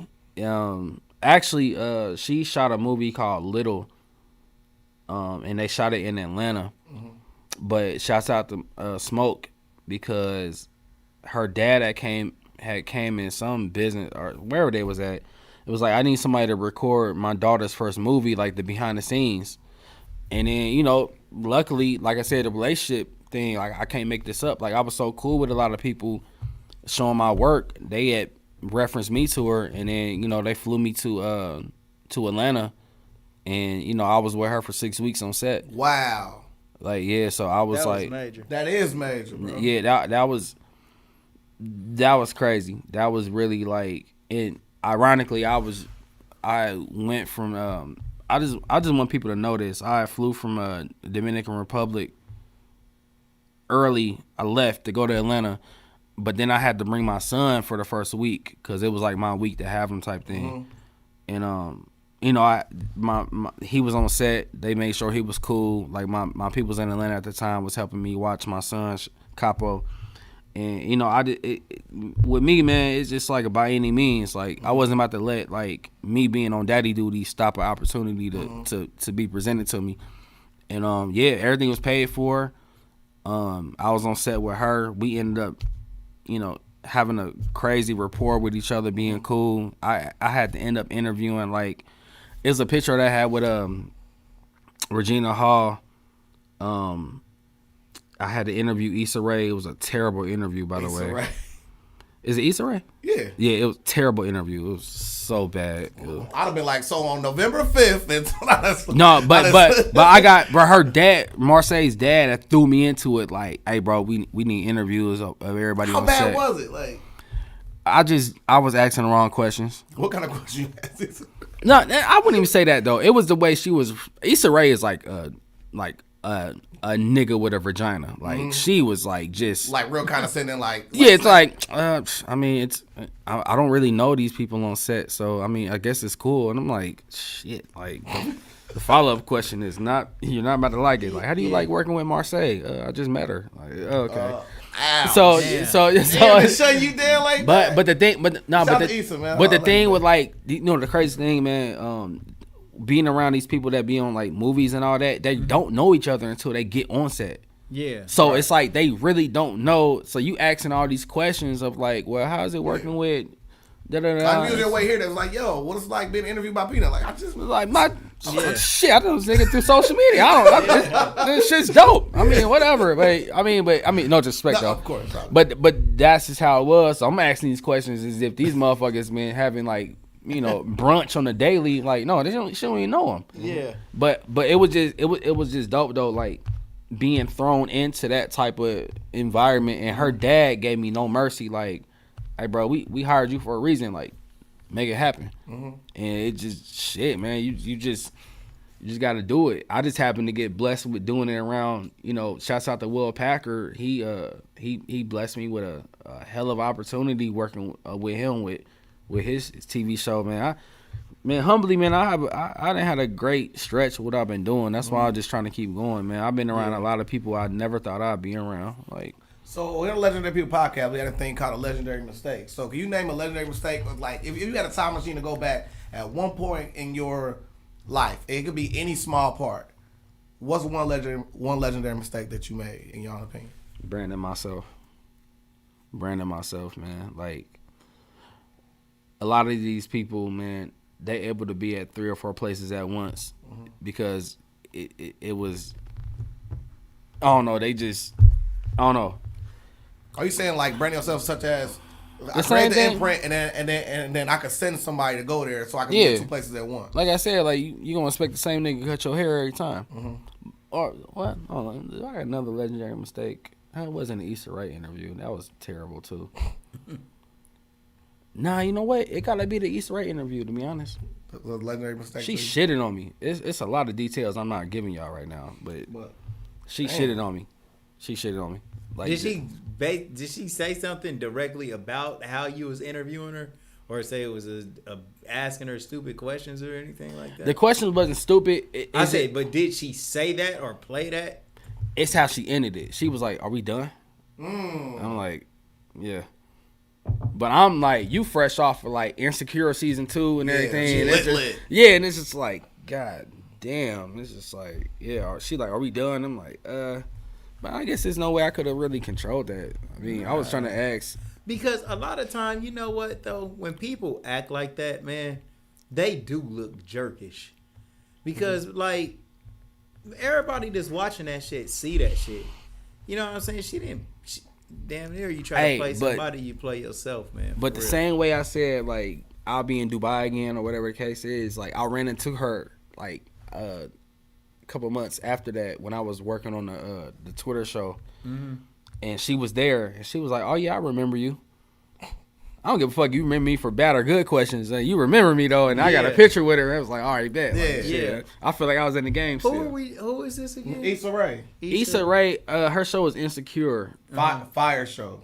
Yeah, like She yeah. Major. Big Yeah, dog. yeah. Big Like, dog. But her come up was crazy. yeah. Yeah. But to me, for instance, like when I see the underdog story and then they're like that, it always made me think of our legendary interview with Talaferro Sebastian, and he said he met the great Bing Davis. And That's the painter homie, right? yep. Yeah. And he basically said that, you know what I'm saying, he got the cold shoulder from Bing Davis. And really what he learned in that was just figure it out. You know what I mean? It's kind of like, yeah, like, you know what I'm saying? Like, if you're here to interview me, you need to figure it out. You know what I'm saying? It's not for me to guide you to what you should be doing. You know what I mean? Like you came in here and I was like, so who are you? You be like, Yeah, and you know humbly you did your research of what to ask me, but when you get thrown in the fire like that, it's only two ways to like go about that shit. It's like, man, get in your feelings or like get your shit together. Like it's you just like tighten up. Yeah. Right. If that's what you want to do, like, or if you want to be a videographer, know the best cameras. You want to be the best interviewer, know the best questions. Right. Like period. You want to be behind the scenes, well, shit, know the best software. Yeah. Like you can't get upset when somebody puts you in your place. Right. It's a point to where, not to get all like political and everything, Go ahead. but it's a point to where everybody has been told off of or yelled at or cussed out or Impact. put in their place. And it's only a few ways to go about that shit, bro. It's either like you gonna be on your feelings with it, or you gonna like take it and mold it into like, all right, I ain't never going through that again. Yeah. And that's what it come down to, man. So here on the Legendary People podcast, that thing called Butterfly Effect. That's either something you said during the course of the interview that I found that was truly profound, or something during my research that I found that was truly amazing. One, like to me, what blows away me like instantly is when I see somebody that is a like legend here tilting their crown to you. You know what I mean? Because we are the people that's too cool to just like take a picture with a celebrity. So when you see somebody from here, somebody from here, then it's definitely automatically put you in like legendary status. And no more than me saying that is Dre Measy Tucker. And he said, you personally inspired a legend that was on the same podcast to start doing like motion picture filming and all that. Me? You. He literally posted that. No, I'm saying like seriously. So like you got to think about all the people who you've influenced. You got your whole Route 4 connection. You got everybody from Trotwell and your trendsetters. You got people that from New York that came here and died repping it. You know what I'm saying? Not saying in the sense that it was a cause of that, but like you got to think about that. You got the Tim Tuggles of the world, which are legends in their own right. All these people are people you're working with. You got Shy Smoke, just fresh off the Midnight tour. Midnight Club Tour, yeah. Club tour. You got Lil Booter, you know what I'm saying? I'm pretty sure you got ties with Community Server and everything like that. And then the part also is super dope to me is like you go through the Issa Rae story and you say, you know what I mean, I ain't do my best or whatever, this and that third. And then I watch an interview with you and Jason at DBKS with your new project, which is the Dreamers Welcome podcast. Yep. And you was immaculate, bro. Like, you did a great job. I mean, well, that one. I appreciate that, bro. Thank you, bro. I really appreciate that. You know what I mean? So, like, for you to always be moving in a different direction, I mean, because, like, you started off just downloading beats off the internet and selling them. Went from there to hosting mixtapes. Going from hosting mixtapes to being behind the camera. And the part that always stood out to me, what you said, you always wanted to be kind of behind the scenes and kind of work. And that's exactly what you did when it was you giving beats. Same thing now when you're shooting videos, bro. To me, that's completely legendary, bro. Thank you. Man, I mean, and let me check in one time. I don't know if we didn't build on this or not, but bro, I think one of your most legendary things that you accomplished was Got My Hustle Up. Absolutely. we even tapped in on that. Because How to leave that cake for Smith. Well, yeah, we can't Shouts out to get the Smith fuck with up. his keep part. We can't get the fuck up out of here without talking At all. about Got My Hustle Up At because, bro, you really put on for the city with Jason with that, man. You know what I'm saying? I mean, I took my mama to go see it, bro. the release of it, Clutch. how y'all did it, how y'all shot it. I mean, that was a good ass movie, Yes. bro. So walk me through got my hustle up, bro, about how Jason approached you, how y'all approached shooting the movie. Here we and go. Just give us All some I'll juice try to on that. I'll try to sum it up in like 5 minutes. I would like to say, man, Jason, I love you, man. Thank you for believing in me to do that. That is a honest comment I got to say, because he seen something in me that I didn't even see, and I was still trying to brand myself into who I was trying to become as Peso. And honestly, man, got my hustle up. I think we had started talking about it in like 2015. Yeah. And we started shooting years later. He had he had reached out to me. We had met up. We had talked about it. And like with him putting the main cast together took a little time. Shouts out to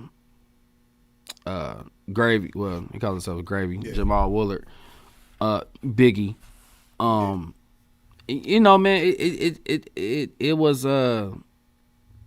a beautiful, chaotic moment, man. It was a lot of things that didn't go planned, and to be honest, man, it really was the worst way that we could have shot the movie, but it was the best way to learn, because it was a lot of things that happened that we didn't know how to control. We didn't know how to like handle it, and rest in peace to it's a lot of people that passed during the shooting, during shooting the movie, or just things that was happening to people, man. And it was like, we definitely tried to just make it do what it do. And I'm not trying to discredit the movie at all, because I know the impact that it had, but it just, from beginning to end, man, it was just a hell of a learning experience. And we executed it. But people don't understand like the hours it took, like shooting and then editing and then going through third parties of like, well, we need to send this footage off color correction, and we need to have the gunshots look like this and everything. So it just was a hell of a learning experience, man. And one thing I unknowingly realized is just the imprint that we put on the city doing that. Absolutely. Because in the midst of it, man, we doing what we love. We doing what a conversation sparked into. Yeah. We didn't really understand like man, we legitimately sold out Victoria Theater. Yep. Yeah. Like it was like a big deal. It was like, I remember we was talking. It was like, Chaos and them had the red carpet for Young Breakers. Yeah, Young Breakers. And it just was like, damn, bro, like we creating another golden era for the city.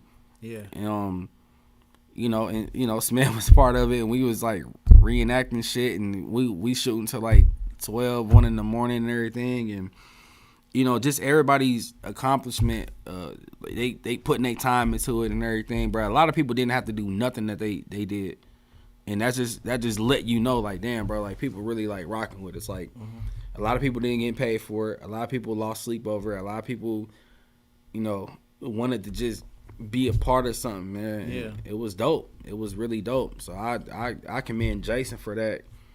But it was a stressful thing, but I'm appreciative of it. And like I said, bro, it's being a part, man. People be trying to like downgrade being a part of something that Dayton provides.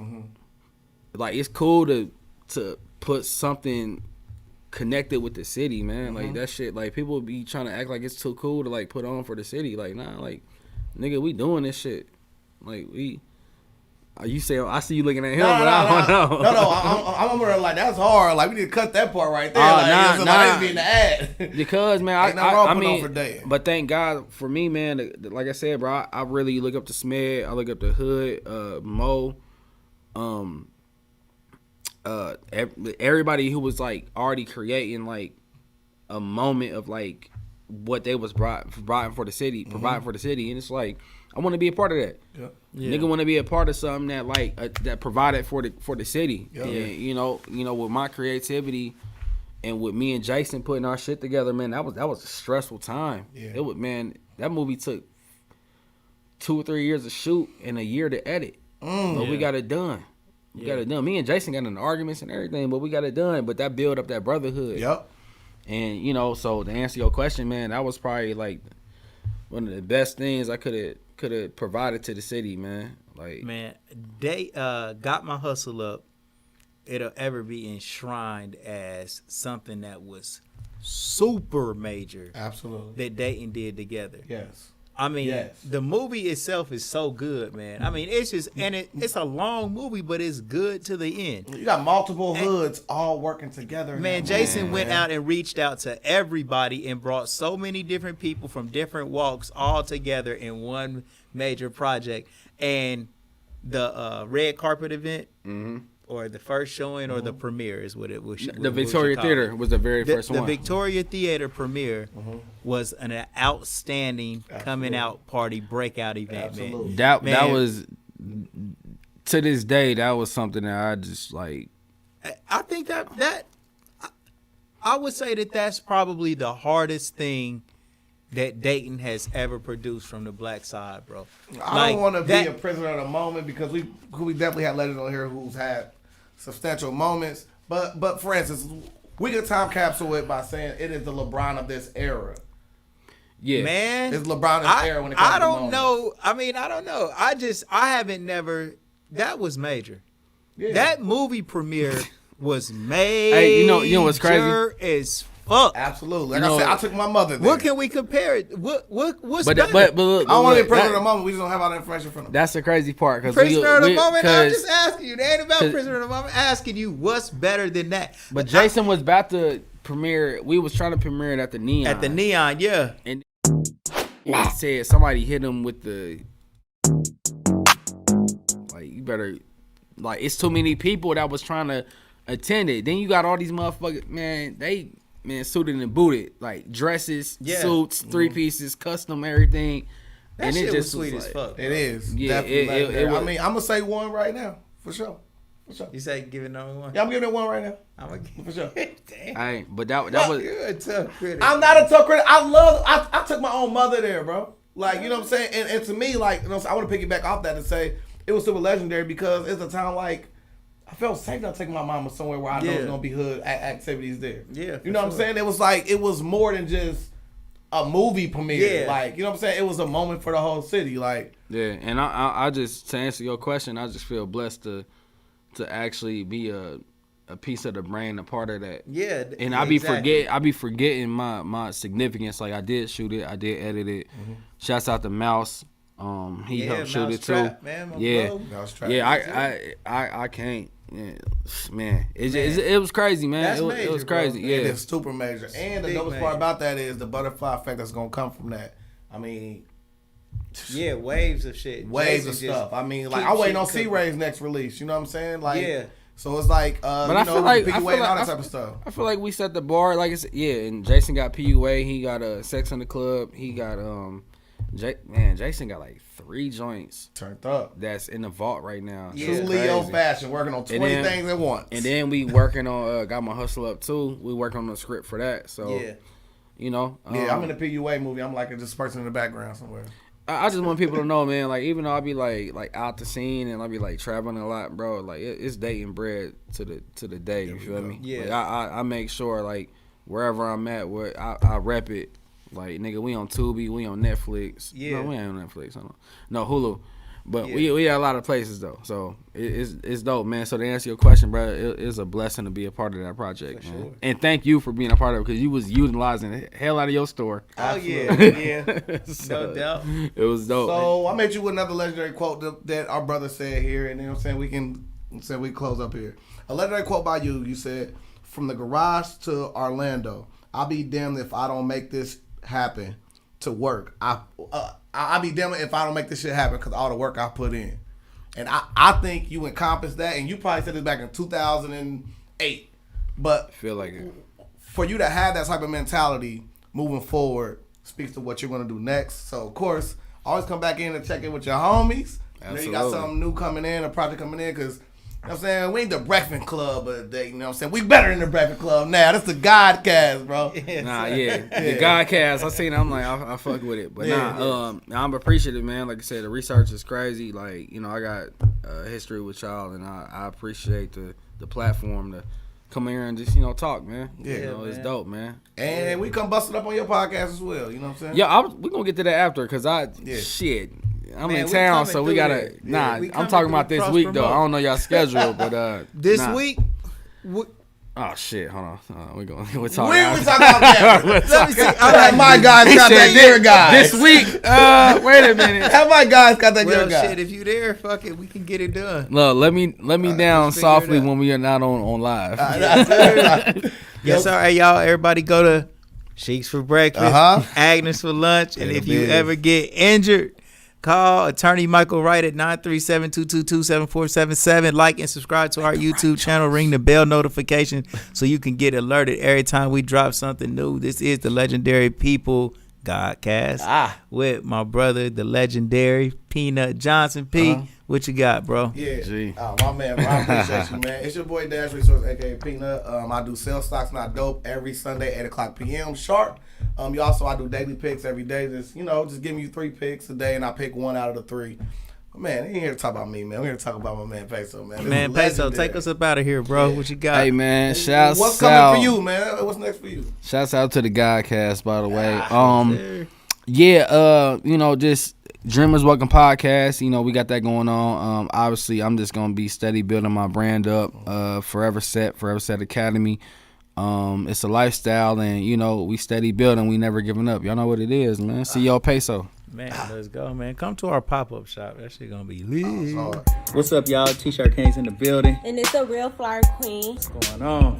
It's going down right here at the Blackout Hall. This Sunday, bro, we doing a Yo MTV Raps pop-up shop at the Blackout Hall on North Dixie. And we got vendors from all over the city coming through. We got Sheena, 708 Icon Beauty, 218. Bikini Goddess, Be More Ink, Bedazzle Boutique, Worth It by Ray, Hair Inflatables. I So Fly. We got Love that do the sweet paintings and portraits. And then we got Outline Black. Man, big tables everywhere, man. Come and support your local vendors. Yep, this Sunday. So make sure you come out, come shop with them. Got DJ Ron Hunter coming through. He gonna be spinning on the 1s and 2s. Man, it's Yo MTV Rap pop-up shop, man. It's going crazy, bro. Yeah, so make sure y'all come through. Yeah. Marmar, what we gonna do in there? We gonna go crazy, bro. Lit. Yes, sir.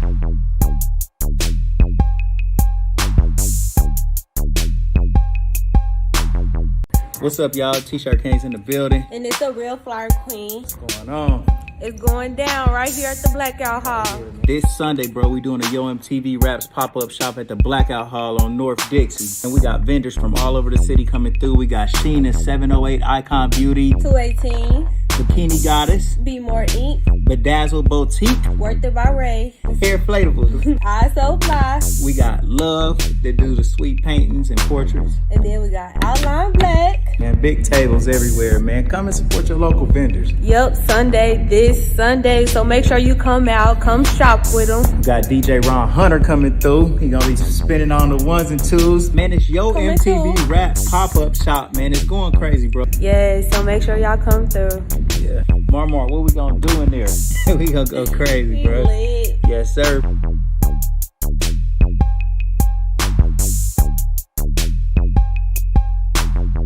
What's up, y'all? T-shirt Kings in the building. And it's a real flyer queen. What's going on? It's going down right here at the Blackout Hall. This Sunday, bro, we doing a Yo MTV Raps pop-up shop at the Blackout Hall on North Dixie. And we got vendors from all over the city coming through. We got Sheena, 708 Icon Beauty, 218. Bikini Goddess, Be More Ink, Bedazzle Boutique, Worth It by Ray, Hair Inflatables. I So Fly. We got Love that do the sweet paintings and portraits. And then we got Outline Black. Man, big tables everywhere, man. Come and support your local vendors. Yep, this Sunday. So make sure you come out, come shop with them. Got DJ Ron Hunter coming through. He gonna be spinning on the 1s and 2s. Man, it's Yo Coming MTV through. Rap pop-up shop, man. It's going crazy, bro. Yeah, so make sure y'all come through. Yeah. Marmar, what we gonna do in there? We gonna go crazy, bro. Lit. Yes, sir.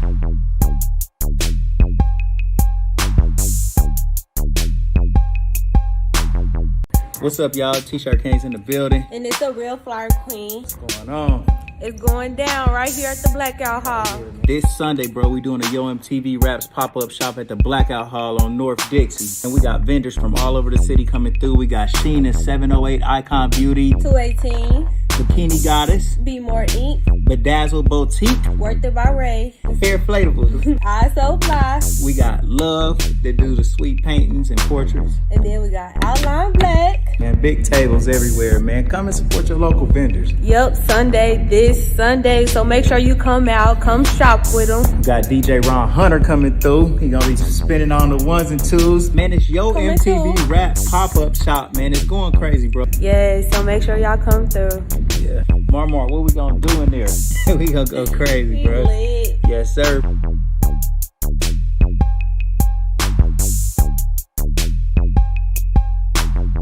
What's up, y'all? T-shirt Kings in the building. And it's a real flyer queen. What's going on?